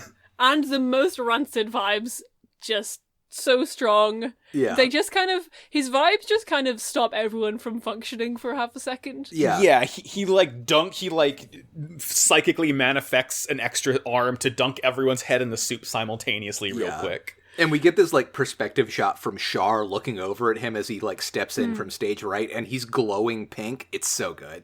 I love the pink glow. I'm glad that, like... It's girl power. He simply has weaponized girl power. And here's where we get Camille throwing in some new ideology here. Those who really need to be eliminated are the ones whose souls are being pulled by Earth's gravity. However, even that cause is not worth so many people's lives. He's right. Yeah. which is responded with, what a stupid thing to say.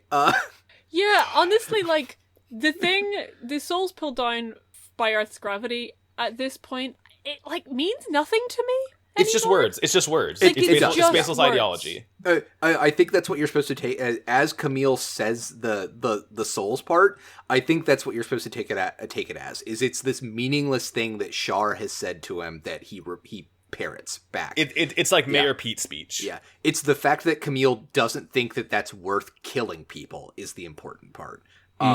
Which is the, like, if we were looking at, like, the ways that this this scene is broken up on 4 quadrants. On one dividing line, we've got Char and Camille, who think that authoritarianism is not worth what you're going to get from it. Whereas you have Sirocco and Haman, who think that, yes, authoritarianism is explicitly needed to guide humanity. And then you can also break it down on another line where I think Sirocco and Char feel that there's an inevitability to what's going to happen. Like, Sirocco is willing to is willing to be this quote unquote bystander to history because he knows that people that somebody's going to turn it up on top, is going to take control of things, and they're going to lead through things because Sirocco is kind of he's a fascist, but first and foremost, he's a person who believes in great man theory. He believes that some great Augustan person is going to take charge of the situation, and he wants to know who it is because he wants it to be a woman. That. Yeah. Whereas, whereas when you look at Haman and Camille as the opposite of that, Haman and Camille both believe that nothing is going to happen unless you take action in this conflict. And the difference is that Camille wants to save people and give people agency, whereas Haman wants to take control of them and guide them towards what she feels is the best, like, possible history that they could have. Which is when we get into, let's see, where are we? Wait, yeah, go for it. Can I add some spice to your soup? Yes, add some spice to the stew. Because, like, I've had this, like, this has been kind of on the side of my notes. I have a lot of notes about this, but I've not really quite known where to talk about this. But, like, from what you're saying about dividing the quadrants of this scene up, because I've been very focused on, like, Paptimus versus Camille in terms of their, like, emotional involvement in things. And, like, when Camille, like, Sirocco, like, starts off this scene and, like, he is looking down on Char for being, like, so personally, emotionally involved in all of this shit. And, like, Camille says this later where he calls, like, Sirocco, like, a puppet master, just, like, not involved and emotionally distant from, like, the deaths of thousands of people. Whereas we've had Camille these entire few episodes just, like, physically feeling through his new type ability, like, personally feeling the deaths of every single person who's died. So you have those two extremes, and I would, like, from Paptimus's point of view, Char is too emotionally involved, but from Camille's point of view, Char uses people as tools the way Paptimus does. Yes, so I just absolutely. wanted to kind of add that in, and It's very much like the chess game in season 2 of Twin Peaks, where, like, you have Sirocco who views this as just a grand tableau of game theory and trying to win out what is going to happen. Whereas you have Camille, who personally knows, like, 90% of the people who have died in this fucking series. And that's the difference between the two of them. And you are absolutely correct in, like, that emotionality is so important. Because, like, Sirocco immediately fires back with, you may be able to move common people by showing off your raw emotions, but it won't work against us. Because Sirocco is this entitled, aristocratic, like, class of people that are going to control everything. Whereas Camille is like, representing the people that are actually living and dying in this war. And then, like, you have Char, who, you know, like Sirocco, he, like, does use people as tools. Like, fucking look at Rekawa. Yeah. But he also is trying to, you know, he also is friends with him. You know, he's in love with Amuro Ray, probably. And that's kind of what separates, to me, like, because Char, like, there is the line where Haman says something like, oh, Char, don't you want to take, what do you want? Like, do you want to take everything in your own hands? And then, like, there's kind of, like, do you want to control everything, Char? And, like, there's kind of a zoom in on him not looking at the camera, which implies that, like, yes, Char does want to be the person that, like, controls things and guides the direction of stuff. But then the difference between him and Camille and the way that Sirocco and Haman want to be in power is that, like, Char actually sees people as being people, whereas, like, Kaman doesn't really seem to. Yeah. Optimus definitely doesn't seem to. Well, this is also a big part of, like, the whole, like, conflict between Char and Quattro, where Char wants to be Quattro, and Quattro is basically Camille. Like, Char wants to be in this position that Camille's in, where he can only have this raw emotion. He can think about the people he's fighting beside. He can be put towards a cause he believes in, and he can help do the best thing they can do. But he has been forced to realize that he has so much social capital, that his name is so important, that he has to step back to this kind of chess master role where he does play around with people. And that's maybe what he's actually better at. And I feel like that's the thing, especially going into Char's counterattack later, that we're going to see in his character, that he so hates this part of himself, but has to accept that that's actually what he's better at. He's better at manipulating people. He's better at being a leader than he is at a soldier, even though he's very good at being a soldier. But we can see that from the way that Camille has utterly leaned into his raw emotion, that, like, it's like this is the same thing that we saw at the end of Mobile Suit Gundam. Like, Char could never be the same new type that Amuro was. Char's always kind of been a 2-bit new type. He could never be this kind of ultimate soldier that he kind of, it feels like that he deeply admires and wants to be. And so he has to be the politician. He has to be the leader because that's the best person he could be. And he kind of hates himself for that. He has to be the clown on stage. Yeah. Because nowhere in either of these two episodes does he wear his sunglasses, I don't think. Nope. He doesn't, yeah. You know, he's been, like, unmasked for, like, a good few episodes. I can't really quite think back to it. And I was also thinking about that whenever Shiroko accused Char of being, like, a fake new type. And I started thinking, because, like, Camille, extremely new type, extremely in touch with his emotions. And then Paptimus, again, like, there's the kind of, you know, the sliding scale of Paptimus to Camille emotion that I talked about before.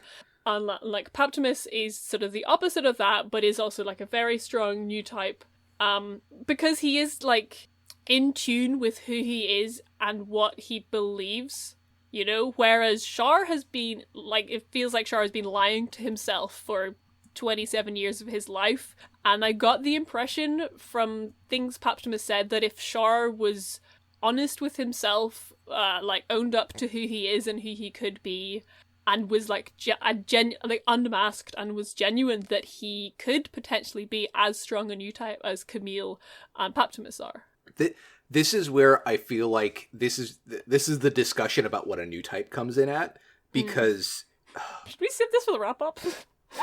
Maybe we should. Yeah, no, you're right. We should, because we're fucking an hour and 40 minutes deep, and we've got to end this episode at some point. So let's put a pin in this. I think there is a very, very important discussion, especially between what Char is as a new type and what Sirocco is as a new type, and where Camille sits in the middle between them, is really, really important to understanding a lot of this stuff. And we should save that for another episode where we have another 2 to 3 hours to talk about it. Sorry, Max. We'll stop talking now. No, you're good. I don't care if y'all talk for that long, because that is things I do not need to edit. because there's only one person talking at a time. We can just sort of skip ahead 10 minutes. I think there is a really important conversation I want to have about this, but it's not entirely pertinent to the theater scene. As I think where I will say, let's look more at this dialogue. Camille shouts, "What good will building a world that ignores people's minds do?" Because Camille really does believe in democracy and the power of the people and the rights of the working class and et cetera, et cetera. It comes back because I rewatched the first episode about Camille fucking hates cops. Yeah. He does. Look at him now. Like, he looks at a cop in the first episode and he starts growling. Yeah. He's frothing at the mouth. Literally. And this is where we get back to me believing that Sirocco truly believes in the great man theory, because he fires back with, what have the common people done for the world?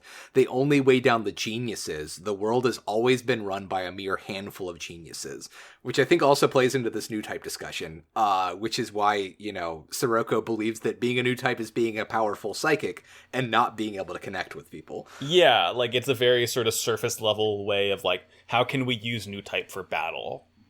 Yeah. Or how he can also we believes use... in Illuminati. Yeah. Or how can we use new type for diplomacy? Or how can we use new type for Dracula magic? Or whatever.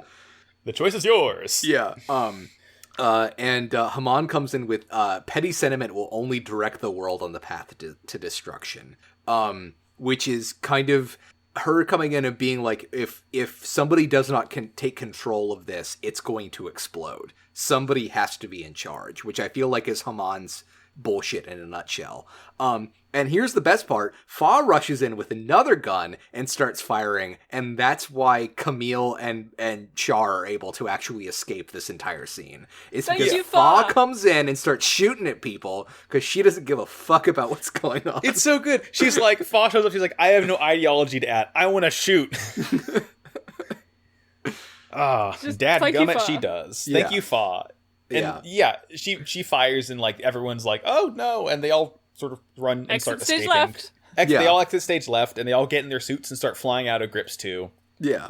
Bright is still delaying like the firing, even though it is at its optimal like output to fire. If they don't fire soon, the fleet will escape. Bad things will happen. But he's still waiting to make sure that everybody's gotten out. I actually. I wonder, because, like, throughout the series, I've kind of started to think, well, fuck Bright, hate Bright, worst character. But, gotta hand it to him. He is willing to risk letting the entire Titan fleet escape because he didn't fire in time, just in order to save, like, Camille and everyone. So, shout out to... Thank you, Bright. You did one good thing. I will hand it to you. Yeah, and unlike other things that have happened in Gundam, he's putting the Argama on the line. He's putting himself on the line to make this happen. Mm-hmm. Yeah, in a better way than the Radish. Yeah. They're whatever. They're still fighting. They're in the tube, flying out of there. Yeah. Basically, Camille has like doubled down on he's gonna stay here to defeat Sirocco and Haman. Char and Fa need to get out of here, and they need to fire the laser. And he isn't gonna rest until he's made sure that Haman and Sirocco are ended. Basically. Mm-hmm. Mm-hmm. Yeah, because, Char's like, I'm not leaving without you. This is kind of where, like, it makes me very uncomfortable how much Camille, like, believes in Char as a leader. Yeah. Because I personally am like, this bitch full of bullshit. Fuck this guy. Yeah, Camille tells, he's like, Char, isn't there something you still need to do? And Char's like, shut the hell up, dude. Like, the elderly can't lead humanity to a future. That was what you have to do. You can't die in this battle because of that. This is the eternal like issue with Tomino stuff. Is Char in this moment is very much Tomino making every Gundam. Where because Tomino is the older generation, he feels like that he can't envision what utopia is, and he has to hand it over to young people to accomplish that. But because he is the old person doing stuff, it means that he doesn't feel like he can act to actually finish anything. And we see that in this exact interaction of like Camille, like, is sacrificing himself, and maybe that's bad, but it's not like Char is saying, I will take your place, I will end this, you need to get out of here to like end things, or acknowledging the fact that Camille doesn't have any of the skills to start a government or like lead a peace movement. He's broken at this point, and Char can't acknowledge that. He wants to just believe that the kids will be all right and they'll be able to make it happen, and I need to die in this conflict or something. Char is being the one of the guys who like it gives Greta Thunberg a Nobel Prize but doesn't actually do anything to fix the climate change. Yeah, no, exactly. Yeah. He tweets about how cool Greta Thunberg is while like outside the Greta window. Thunberg is like, please, you have to save her. And he's like, no, you have to. She's fucking 15. Yeah. It's like you're gonna save Earth, and I'm gonna keep all of my investment money in Bank of America, which is supporting pipeline funding. Yeah, like I got mad that he said this But yeah, so like Camille is like, oh, all the people who died in this war believed they were giving up their life to save the world, and so do I believe in you. And Char's like, fuck off, mate. Yeah. Basically. Like, you shouldn't, don't do that. Yeah. Like, this is, not to get on a soapbox, I'm sure I'll do this again during the wrap-up, but like... This is like how this episode has been already. Like, I really... there's a degree to I think that Tomino saying like people who have lived through like this era of humanity can't imagine what like a better future is, and we need to hand that over to young people is like a really noble sentiment, but also like absolutely does not actually do anything to hand that over to the young people at all, as far as like making sure they're trained and equipped to actually do that, and is so typified in Char and Camille's relationship, where Char turned Camille into a psychic gun and not a politician that can like actually cause real effective change. But yeah, he's like, don't give up your life, blah, blah, blah, blah, come on. Yeah, they'll leave. Fucking yeah, they'll leave. Eventually, they all convince each other to leave. We do get a good scene with the doctor, like, doing triage in the hallways of Argama and, like, bringing the kids along with him to make sure that they're safe. Like, that's good. That was good. Eventually, Bright grips fire, and it, like, wipes out the majority of the Titan fleet. Yeah. And final shot of Emma as she crackles with electricity as like the ship that's floating inside the tube gets disintegrated. Yeah, I feel like this is this is very tragic, and I feel like is like the one point of Zeta Gundam that really romanticizes war. But I am glad that Emma got to be a very physical part of the thing that destroyed the Titans. I feel like that's good for her character, the way that she was a Titan, was abused by the Titans, and is like the physical thing that we see energized in the thing that kills the Titans. Yeah, it's a good bookend. Yeah. I'm just sitting here going, wow, cool cinematography. Wow, cool electricity. Paptmus notes that like, okay, we have lost this fight. Like, Ayuk has won the day. It's like so much like the entire fucking theater scene happened, but like the actual main conflict of the series is wrapped up in like about 30 seconds, where a big laser fires. Shirako says, "Oh no, we can't beat the Ayug," and then Haman is like, "Ugh, what a disaster!" It's like wrapped up, done. We can all go home now. Yeah. They just want to pontificate. They don't want to actually fight. Yeah, I mean, because like Haman returns to Axis, talks to Medeva Zabi, who is so small and cute. He's so small and cute in her little big chow. What if what if Medeva Zabi had been triplets and the three of them had sat on the throne all at once? Because that's oh my god, they could fit all three of them. Yeah, they spoke in rhyme and unison, like we do. Like we did. I mean, who knows how many Medeva Zabis there are. So she, she says that, she'll swear her life to end Ayug, even if she has to die to do it, but that Axis Zeon needs to fully retreat and save their forces, otherwise they'll be destroyed the same way that the Titans were. This scene very much confused. I thought it was a flashback for a bit, because it's just like a 1 minute, if even, like cut in scene. Like the Kubli's in space flying, we cut to the throne room, and then we cut back and the Kubli is still back in space flying. I'm like, when the fuck did this happen? Well, because we see the Kubli fly towards Axis, we get this scene, and then we see the Kubli fly away from Axis. She parked at the balcony and like hopped in. Yeah. Like, quick, like, I'll just leave the keys here now. I gotta run in real quick. Yeah.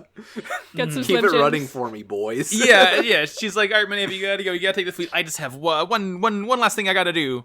And then she flies back out and is like, I'm going to kill this little blonde bitch. Yeah, it really does kind of feel like she's like, no, yeah, Maneva, you gotta retreat. I'm going to stay back and hold off the bitch. You just want to fight Char. She just wants to kill Char. Yeah. She's right for wanting to kill Char. Yeah. Let's be real here. But first we get Camille and Sirocco starting to fight. I mean, we get the best exchange of my entire life of just a quippy pilot exchange of Camille saying, you don't even see the reality in front of you. Sirocco saying, shut up, you smart-ass boy. And then Camille firing back with, better smart than delusional. Get his ass. Oh, I think he says better smart than evil in the dub. I didn't write it down. That's but not I quite as good. That might be later, actually. from my point of view, the Titans are evil. Yeah. Okay, but the Jedi were evil, Max. The Jedi. Oh no, Yeah. the Jedi. Let's be clear. The Jedi were an awful organization. We cannot turn this into a Star Wars podcast. I will fucking Kermit. Nope. Optimus Shiroko says "boy" in a very fun, energetic way, and I like it. Like Kratos, God of War. Okay, not to cut back too deeply. Oh wait, no. Oh, actually, this is about to happen. I'm gonna cut forward a little bit. But when Char goes to take out, because Camille and Sirocco are fighting in front of the Jupitress at this point. Sirocco retreats to the Jupitress at this point, and then Char is like sneaking around with some debris and ready to take out Haman. But then his beam rifle runs out of ammo, and he says it runs out of energy, and you hear him in the sub say "energy" or whatever, energy. And every time they weirdly insert an English word into the Japanese tract, I mark out. It makes me so happy and feel so weird, and I love to hear it. I love hearing "energy" every single time. It just does me right. Energy. Thank you for telling me these things so I know what I'm missing out on. Yeah, exactly.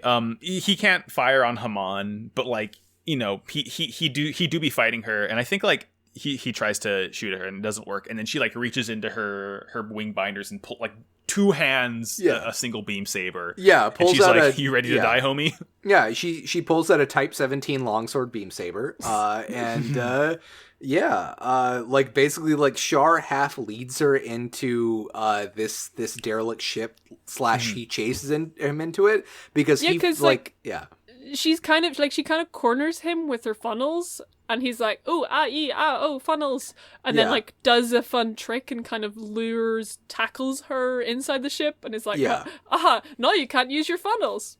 Pins her tail, but then she already has funnels out. So when he says in the sub, he says you can't use that weapon, and I feel like he's referring to the beam saber because Char is an idiot and forgot that she had funnels, and that's when Haman does Haman's trick and shoots all of Char's limbs off. God. He's just a torso. Yeah. And then he says, "I'll bite your legs off." Funny Python. And we get maybe the only moment in Gundam history where head Vulcans have been effective. Yeah, because Char sees a damaged part of the ship exposed and shoots it with the Vulcans, and it explodes the entire ship, and Haman gets away totally fine, but everybody thinks that Quattro is dead. I mean, we don't see him. He's probably dead. It's not like they made a movie about him later on or something. Yeah. Well, is there a movie called Quattro's Counterattack? No, there's not. That's true.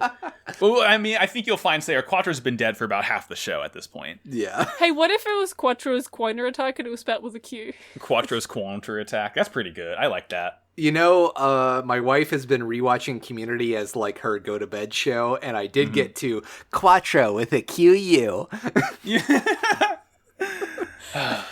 And Haman sort of seems mad and or sad that he's dead. To me, she sort of genuinely sad. Yeah, she looks down and shakes a little bit. She kind of had a crush on him or something. I think she just really, really wanted him around. Yeah. It's this is the thing that you always get from Haman is Haman is Char's age from Mobile Suit Gundam. And she's 22. Yeah, we know they had some kind of relationship in between Mobile Suit Gundam. Oh yeah, because they were in a band. Yeah, you were in a band. Yes. Yeah. They were the White Stripes. They were the 3 times faster Red Stripes. Red Stripe. Okay, that's even funnier if you know that Red Stripe is a brand of really, really cheap beer in Scotland. Yeah, we know that Red Stripe is a brand of cheap beer. We have it here. They have a bad Jamaican commercial with it. It's bad. Every time I think about getting a 12-pack of Red Stripe, maybe I will. Let's get PBR instead. I've literally never seen it outside of Glasgow. Maybe they just import it specially. Oh, you can get it anywhere in America. Yeah, it is really popular here. Yeah. And the bottles are cute. We're getting away from the point. I'm sorry. Yeah. We're lost in the soup. We're lost in the Red Stripe. We're lost in the Red Stripe. Haman had a crush on Char. That was where. Yeah, very sad. Very sad. Rip in peace. Also, Char is the quintessential. It seems like appearances are so important for Haman. It's why she because you get. Oh yeah. You get the feeling that Haman very easily could have taken control of Zeon and, like, just it could be Haman time now. And instead, she made all of the efforts to try and revive the Zombies as a figurehead organization because she thinks that that's so important. And probably, like, a big component of that is her massive respect for Char Aznable. And she's a stan. You know, yeah. She's simply a stan. And she wants to fully, like, she wants the good, like, visual bit of bringing the Zabi together with Char Aznable, who is the heir to Zeonzun Daikun, to Kazval to bring Kazval Daikun together with the Zabis. And, you know, I'm sure at some point, like, her long-term plan is to, like, have a kid with Char who they can name Daikun, and then have that kid marry Minerva, and then fully they've married together all aspects of the Zeon, like, ideology and, like, cultural heritage to make this, like, eternal, like, space empire or whatever. Like, that seems like what she is going for. Seems like a real person fanfic that she would have written. Oh, yeah, God. exactly. Yeah, like these things are so important to her that, like, the imagery of what's going on is so important to her. It's why she has this amazing hair in space, and then when you see her in certain parts under gravity in Double Zeta, her hair completely deflates, and it's very disappointing. They don't make pomade like they do on Space on Earth. Yeah. And I think that's the last we see of Haman. It's the last we see of Haman, and it's the last we see of Char. Yeah, because he's dead. Yeah, he's dead. He's very dead. Yeah, we get a final shot of the Hyakushiki's torso at the end of the episode, just ominously floating through space. And the purpose of that shot is definitely to confirm to tell you that dead. He's absolutely dead because you don't see his body. It's definitely not to remind you that the suit exists and that Char exists as the last thing that you see while watching Zeta Gundam. I'm looking away. We do have Camille. He's killing some Hyzax. He's engaging the O outside of the Jupiterus. They're having a good fight. And yeah, what happens? Oh God, he's fighting Patimus. He basically, you know, he says he'll sacrifice himself to kill Patimus. He is like so just like full of rage. Specifically, he says he'll sacrifice his body and soul. Yeah, he is like in it. He is Those like two this. things. This dude has to die 100% right here, right now. We do see the O's trick, which is one of the reasons it's my favorite Zeta Gundam suit, in that it has, in its gigantic skirt, it has manipulator arms that can also hold beam sabers. You don't really get a good look at it in the episode, but the O can hold 4 beam sabers at once, which is the coolest thing in the world. This is why I don't really give a shit about the O, because I'm not looking at that when the rest of the scene is, you know, happening. Camille does get a ladle of the soup for his friends to help him out in the situation is what happens. This is where he says the line I mentioned earlier, which is like, oh, you're a fucking puppet master, always out of sight, always pulling other people's strings. Also, Camille is doing that thing where one of his eyes is half closed and the other is wide open to signify he's McFucking lost it. Yeah. Yeah, and then he starts talking in third person. He starts talking in third person. Who responds? Leela asks him what he will do when the powers between him and Sirocco are so different. Yeah, remember Lila? Lila? So long ago. Who? Yeah. Well, yeah, I do remember Lila. Lila fucking slapped. Yeah. She's here. Yeah. Fucking Camille says, I'll let you use my body, as he physically charges the Zeta with no weapons. Having thrown his gun away. Yeah. No more guns. We fight fist fights. We ram our bodies into each other. Yeah. We construct elaborate rituals to... I don't want to riff on that. That's not fun in this situation. No. Emma and Katz both come to help him. They both come to help him. Sarah shows up too on the other side, still trying to guard Paptimus. Yeah. Sarah. And then Rekawa comes in and just completely pushes her aside. Like fucking... And again, like, because we've talked about, like, Sarah versus Rekawa and how they're both controlled or not controlled by Paptimus, and it's just, like, Sarah's out here still believing his shit, and Rekawa, like, once she entered the girl soup, like, his vibes just dissolved off her, and she seems to, like, be having brain thoughts again, because she's gonna ghost punch Sarah.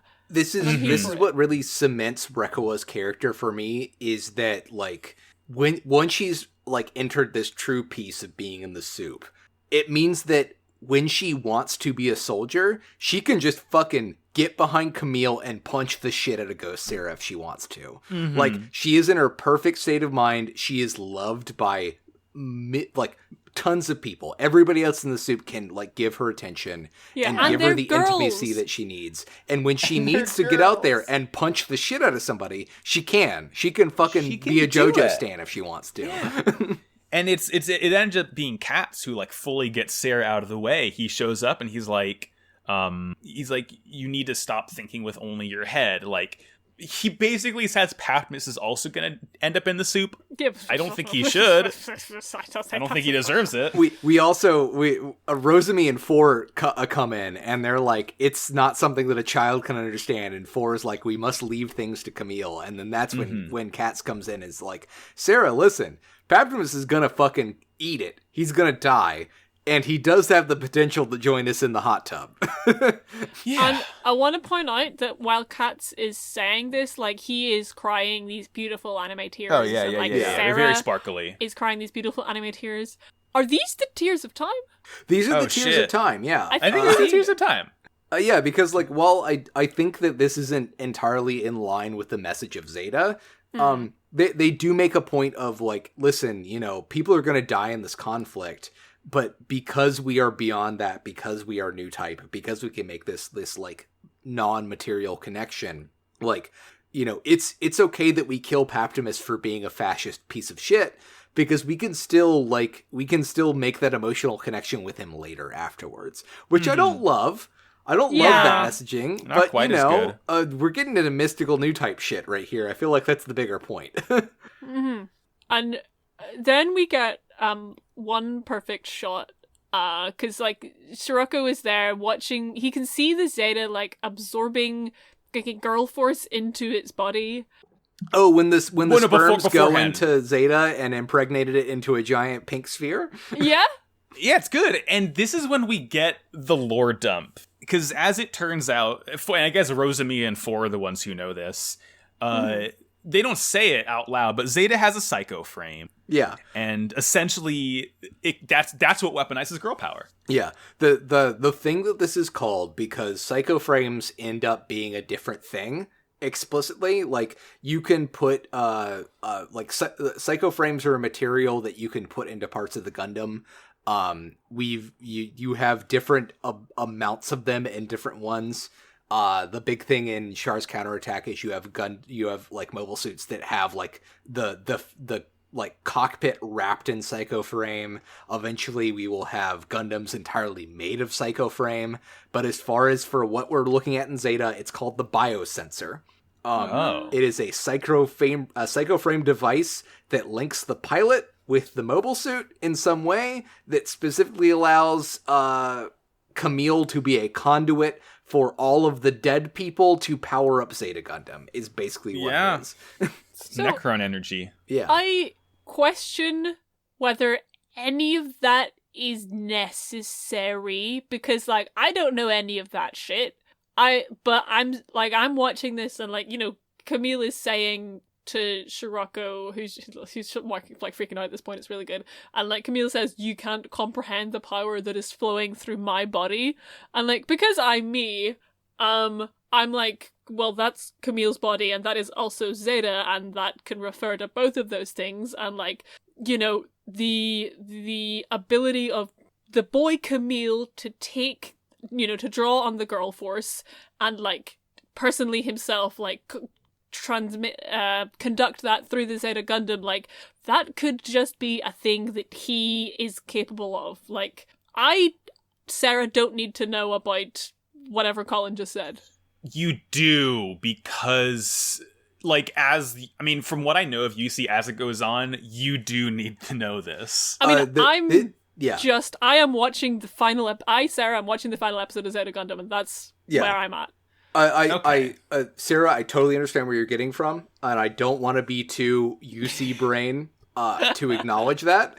I will say for this explicit thing, I think it's important because, like, just in the same way that Amuro became Gundam, I feel like it is important to acknowledge that Camille becoming Zeta Gundam, that Zeta Gundam is also at a higher technological level to handle this kind of thing is important, because of the, like, I feel when we get down to it, the thing that makes Zeta Gundam sing to me is how much Camille is the result of a very specific military industrial complex of developing the perfect weapon and the perfect person to integrate with that weapon. And without explicitly making, cause like, you know, like, yes, Haman Karn and the Quebli are an extrapolation of Lala Soon and the whatever whatever the fuck that big head was. Yeah. Or, you know, whatever. We have a robot that can use funnels and it's got lots of funnels. And like stepping that up to, you could only have Camille, who has opened himself up to so much raw emotion in the death of his friends and family, with the Zeta Gundam that is equipped with this technology that is explicitly about connecting that boy with a physical piece of machinery. Like, kind of doubles down on, we made a boy in Gundam, and we made a Gundam in Gundam, and we put the boy in Gundam, and it's terrifying and bad and a part of imperialism. Yeah, and we like, shouldn't have done it, yeah, but we did it anyway. Like, this is what kind of like doubles down on everything with cyber new types in Zeta, of yes, everything they did to Camille is the exact same, like, morally as what they've done to Four or what they did to Rosemi. And the fact that the Zeta Gundam is equipped to let him do things with that is what makes that important. It's what makes that, it's what says that Char is a bad person. It's what says that Ayug is not in, like, as much as they're like, their intentions are good, they're still a part of the problem. Like, that's what makes this series, like, hold together for me, is the fact that, like, the Zeta Gundam is the only thing that can do what Camille is doing. Like, the fact that you have to put these two things together and they were built to do this, that they made Camille into this person, they made the Zeta Gundam be the receptacle for the girl juice, that's what makes this series, like, important for me. It also does sound like this is more important later on in context. It is. Right now, it's kind of, I can get away with just being like, oh, pink, cool. Yeah. You're right. Yeah, and that, like, it is going to be a thing that I'll watch through all of Double Zeta in 3 days straight, and I'll be like, oh fuck, he was pink. Yeah. Do you think Sarah's gonna, Colin? Do you think Sarah's gonna like Unicorn? I think Sarah's really gonna like. Yeah, Sarah, you need to watch Double Zeta, and then we can watch Char's counterattack together, and then you need to immediately watch Gundam Unicorn. Okay, I'm just gonna come to your house, and you're gonna lock me in a room, and I'm gonna say thank you. We're gonna lock ourselves in a room together, and I'm gonna ignore all of my work calls, and we're just gonna watch anime together. We're gonna learn about the man of full frontal. Yeah. Listen, as long as I have, like, a decent supply of the Hong Kong juice, I'm happy. You know, I'm gonna bring some with you. I'll start making a new batch. We'll be fine. But I fed my son today, and it was very satisfying. Where are we? Using the Zeta is now chock full, brimming, dripping over the top with girl juice. Camille leaving our girl juice in the supermarket. So much girl juice this boy has bought. He's cleared out all of Food Line from its girl juice. He has used the girl juice to essentially pin Paptmus in the O in place. Paptmus has nowhere to run, and Camille goes Dorito mode one final time, and it's the sickest thing because he impales the O with the Dorito and ends up impaling Paptmus on the tip of the Dorito. Yeah. Like, the best part of this is, like, fucking, you know, Ford and Roseby come by Camille's side in this moment. And Sirocco can't see them. Like, he can see Camille in the cockpit, but he can't see Ford and Rosemi, but he hears them. And also, like, makes the physical comment that, like, the O has stopped responding to him, like, moving the controls and stuff. And it's just so like, because there's, like, this entire place, you know, space is the place, is dripping with girl force, but, like, Shirako is just so, like, he's big new type, big brain new type, his juice is all over the place, but, like, he can't sense them or see them. He's just like, do I hear women? And, like, he can't, like, and this is, again, I'm just going to say this one thing really quickly, we'll get more to it in the wrap up, but, like, in my notes, I have drawn this as a diagram, and there's a little stick figure of Shirako and an arrow going outwards, and the arrow says vibes. So Shirako's all projecting, and then Camille is the opposite, like the little stick figure Camille arrow going inwards, and it says vibes. Like Camille takes in the vibes, and Shirako puts them out, and like that is here, especially with the next thing Shirako does. Camille is head empty, only girls. Yep. Yeah. And Paptimus has not been drinking his respecting women juice. It's like oil on water. Yeah. The respecting women juice, and they won't mix. Yeah. And with his final breath, Paptimus bestows a curse upon Camille, as it were. You get take a call. I'm not about to die alone. I'm taking your soul with me, Camille Bidon. He does it. Yeah, so Camille, having used his entire body to kill Paptimus Shiroko, is then bereft of his soul by Paptimus Shiroko. Yeah, like the last thing we see from Camille is he's talking about a light as just white takes over the entire frame of the screen. And I want to point out that when he rammed plane mode Dorito Zeta through Shiroko, like his visor shattered. Yeah. Oh yeah. Over like one of his eyes. Mm-hmm. This is one of the few points in like big mainline Gundam that you see G-forces be really important. And let me tell you, if you like this, watch some fucking 0083. That's all that is, all the time. Very good. And we swear, I think like after this, we just kind of cut over to Fa finding Camille, right? Yeah, like Fa's in the Methus and like rescues Zeta Gundam. And we cut, she's like trying to radio Camille, and he says, "A large star is turning on and off. It's huge. Is it a comet? No, it can't be. A comet moves like swoosh. It's really hot in here. There must be a way out. Hey, please get me out of here. Hey." And both Fa and me are making extreme taxidermy fox face the entire time. Yeah, and our kind of final line that we have is just Fa trying to reach the Argama, of just calling out, "Can you hear me, Argama?" And it's just, "Argama, can you hear me? Can you hear me, Argama?" Sorry. And that's just how the show ends. Yeah. Like we see Hyakshiki, and that's it. It's just like, ZG Finn, you don't get a happy ending. You don't get any ending. You don't get an ending. You don't get fucking shit. Like, this is almost what makes me want to forgive all of the dumb fucking sexist bullshit in this show, is the fact that, like, it is set up so hard that, like, the thing that will be redeeming for Fa and Camille is when they win the day at the end of this entire war, they get to settle down and have a regular life. And instead, Fa is left as the only person alive in this battle who's adrift and holding on to Camille and having to deal with the fact that that Camille's mind has been set back to being a toddler, basically. Yeah.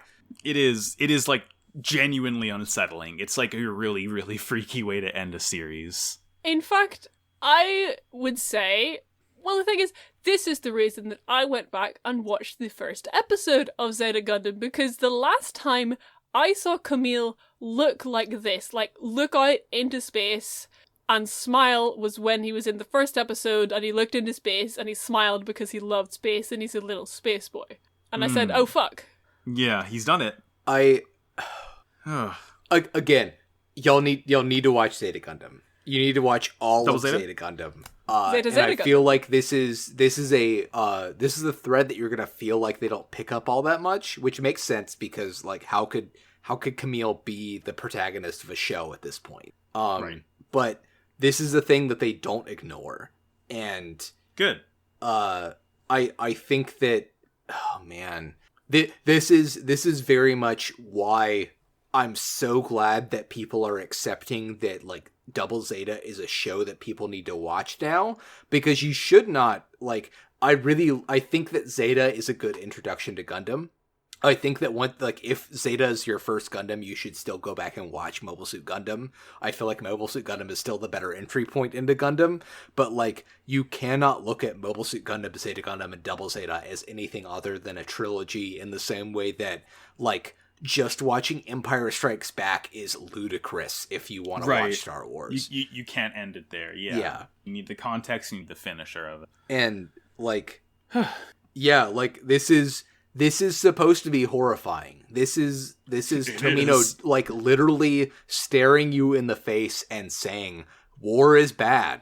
War is very bad. This is what happens in war. You didn't understand it when I said it in Mobile Suit Gundam, so I'm saying it so you can't ignore You're it. You're going anymore. to learn. Oh my god. Good show. Yeah. I do have a question, like, what, like, because he starts talking about a blinking light, and I feel like I'm supposed to know what the thing is that he's talking about that he doesn't know what it is. The thing I'm assuming the blinking light is the, like, explosions that we see in space is what he's seeing. And thinking is a blinking light or a blinking star. Okay. That makes more sense. Because, and also, whenever I watched this, like, whenever I was watching this on stream, and it was just, like, a bit weird, and I didn't really know what the heck was fucking, I thought that Fa was, like, looking at, like, Camille's body floating in space, and that the thing that was happening was, like, something in Camille's fucking mind palace. Like, I was really not sure what was happening. But, like, I don't know, like, Zeta isn't really kind of the show to, like, Zeta usually shows you, like, reality as it looks, unless it shifts the color palette, and in which case you know what's going on. So it was just very, but it's just, like, the thing that gets, like, Camille's, like, you know, brokenness at the end of that, like, I'm looking at him and I am genuinely, like, happy for him. I'm like, fucking finally you're free. I love to see Camille not being distressed anymore. I love to see you actually being happy, even if you had to break, like, you're out of it. But it's like, the thing that is so heartbreaking to me is Fa's reaction to this. Yeah. Oh yeah, she's like lost Camille essentially. She has another child now, probably. Oh no, come on, don't say that. I mean, Ruining she's been set up everything for in it. hindsight. Yeah, like, justice for Fa. But well, here's the thing, and this is the raw bit that I have to give you, is that as much as Zeta makes me want to say justice for Fa, Double Zeta wants me to say justice for Fa even more. No. Like, cool. Double Zeta will be worse to Fa than Zeta is, and awesome. I fucking hate it. That's great. Good news. I hate this. I know one thing about Double Zeta, and that is that Fa's in it. So I was looking forward to just, oh yes, I get to see more Fa all day, every day Fa. And that's the, like, oh man, I again don't want to get into the show that you're about to watch more because we're talking about Zeta, but like, the frustrating thing about Double Zeta is that it has so many good, strong female characters in it that it really pays attention to and gives proper, like, agency and importance to, and still they shit on Fa. They shit on Fa every chance they can fucking get. The problem is Fa's from Zeta. She's not from Double Zeta, so she doesn't have that privilege. Probably, yeah. That's the thing. It's like citizenship. Yeah. It sucks. Jeez. Well, that's Zeta. I guess, like, yeah, like, kind of, we're just all sitting here making Takeda Reed Fox face. Yeah, I think, like, I don't personally have anything more to say about, like, these episodes specifically. Yeah, no, I'm out in I feel... I know we're gonna get a lot into this when we do the wrap-up episode, but, like, this has sincerely been, like, one of the best things in my life. For the Wait, I have past one more several thing weeks. to say before we start thinking about having any feelings. Okay. In that the thing that I've been thinking about for the last, like, 4 or so days, like, this genuinely has been keeping me up at night, is that, like, the lead up to Camille's breaking, in that, you know, again, the first time I watched the show, I was like, I didn't actually realize that this was Poptimus's trick. Mm-hmm. Just because it was, like, kind of hard to follow, because, yeah. So I was just like, oh my god, like, just, the boy did his final deed. He finished his magnum opus of killing Poptimus Shirako, and then his mind broke. And I to me, it wasn't Paptimus that had done that. It was Char, it was Bright, it was fucking Mr. Wong, it was every person that had just made him keep fighting and told him to still go out there and fight, and every person who had, like, not cared about him having feelings. I mean, yeah, this is the thing about Mobile Suit Gundam, is, like, when we could take that this attack that Sirocco did was just as powerful as the one he did against Hamon a few episodes ago. But it's the fact that they fucking submerged this boy into conflict so quickly and so fastly to turn him into a weapon is the reason that he wasn't mature enough to handle it. And that's, like, it's even if, like, you know, yes, like, even if we accept that Sirocco's attack is the thing that did Camille in, like, really it's the fact that, like, Char and Bright and Wong and everyone else, like, basically tried to speedrun making a new type as quickly as possible and as powerful as they can make it, is the thing that set Camille up to die in this moment. It's so like both things. Like, he was just hanging on by a thread, and then Sirocco, his dying breath is just like the tiniest little pair of embroidery scissors that just, like, snip. Bye, bitch. Yeah, the camel's back meat straw. Yeah, the Paptimus Sirocco that broke the Camille Bidan's mind. This is That's why, how the saying goes. Sarah, this is why I think that you owe me $20 and I owe you $20. It'll be a symbolic exchange. Sent. I've had PayPal open this entire episode. Oh, good bit. What else is there to say? Wow. Good show. Good episodes. Whose robot of the week is it? I think is it mine? It's not mine. Max. Sure.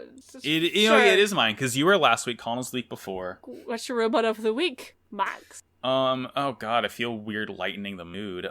My robot of the week is Sujimaru, who's a gigantic car-sized Roomba that you get to fight as a sub-story in Yakuza 7. Oh yeah!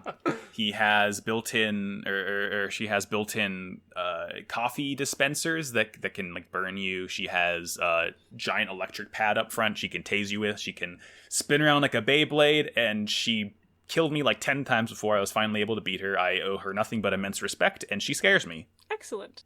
Oh, you can also hire her for your business. She's one of my employees now. Oh, okay, hell yeah. Good, yeah. Along with the chimpanzee. It's a good game. Yakuza 7, good game. Probably the game of the year. I am personally too tired to do plugs. Yeah, no. It'll be in the episode description. You know where to find us. This is like 17th episode of this show, so you already know. Yeah, Pot of Great Oteranza, whatever. Happy Oteranza. MetaWatch, et cetera. Listen to all of our shows. Noisepace.xyz, you know where to find it. God. Well, thank you for tuning in. Hope this episode wasn't too much for y'all, because it was certainly too much for me. Oh my god, we're at 2 hours and 24 minutes. Yep, longest episode we recorded yet, I believe. Yep. Yeah. And we only watched 2 episodes of Zeta. I know! We did watched do a 2 segment. episodes. Next week's gonna be ape shit. Well, as we always say, in the words of the late, great Char Aznavour, war is bad. Fuck. Cool soup. Yeah. Bye. Bye. I've seen the tears of time. We have seen the tears I'm of time. looking directly at them. We have fuck seen the tears of time. You're dead. No more of that.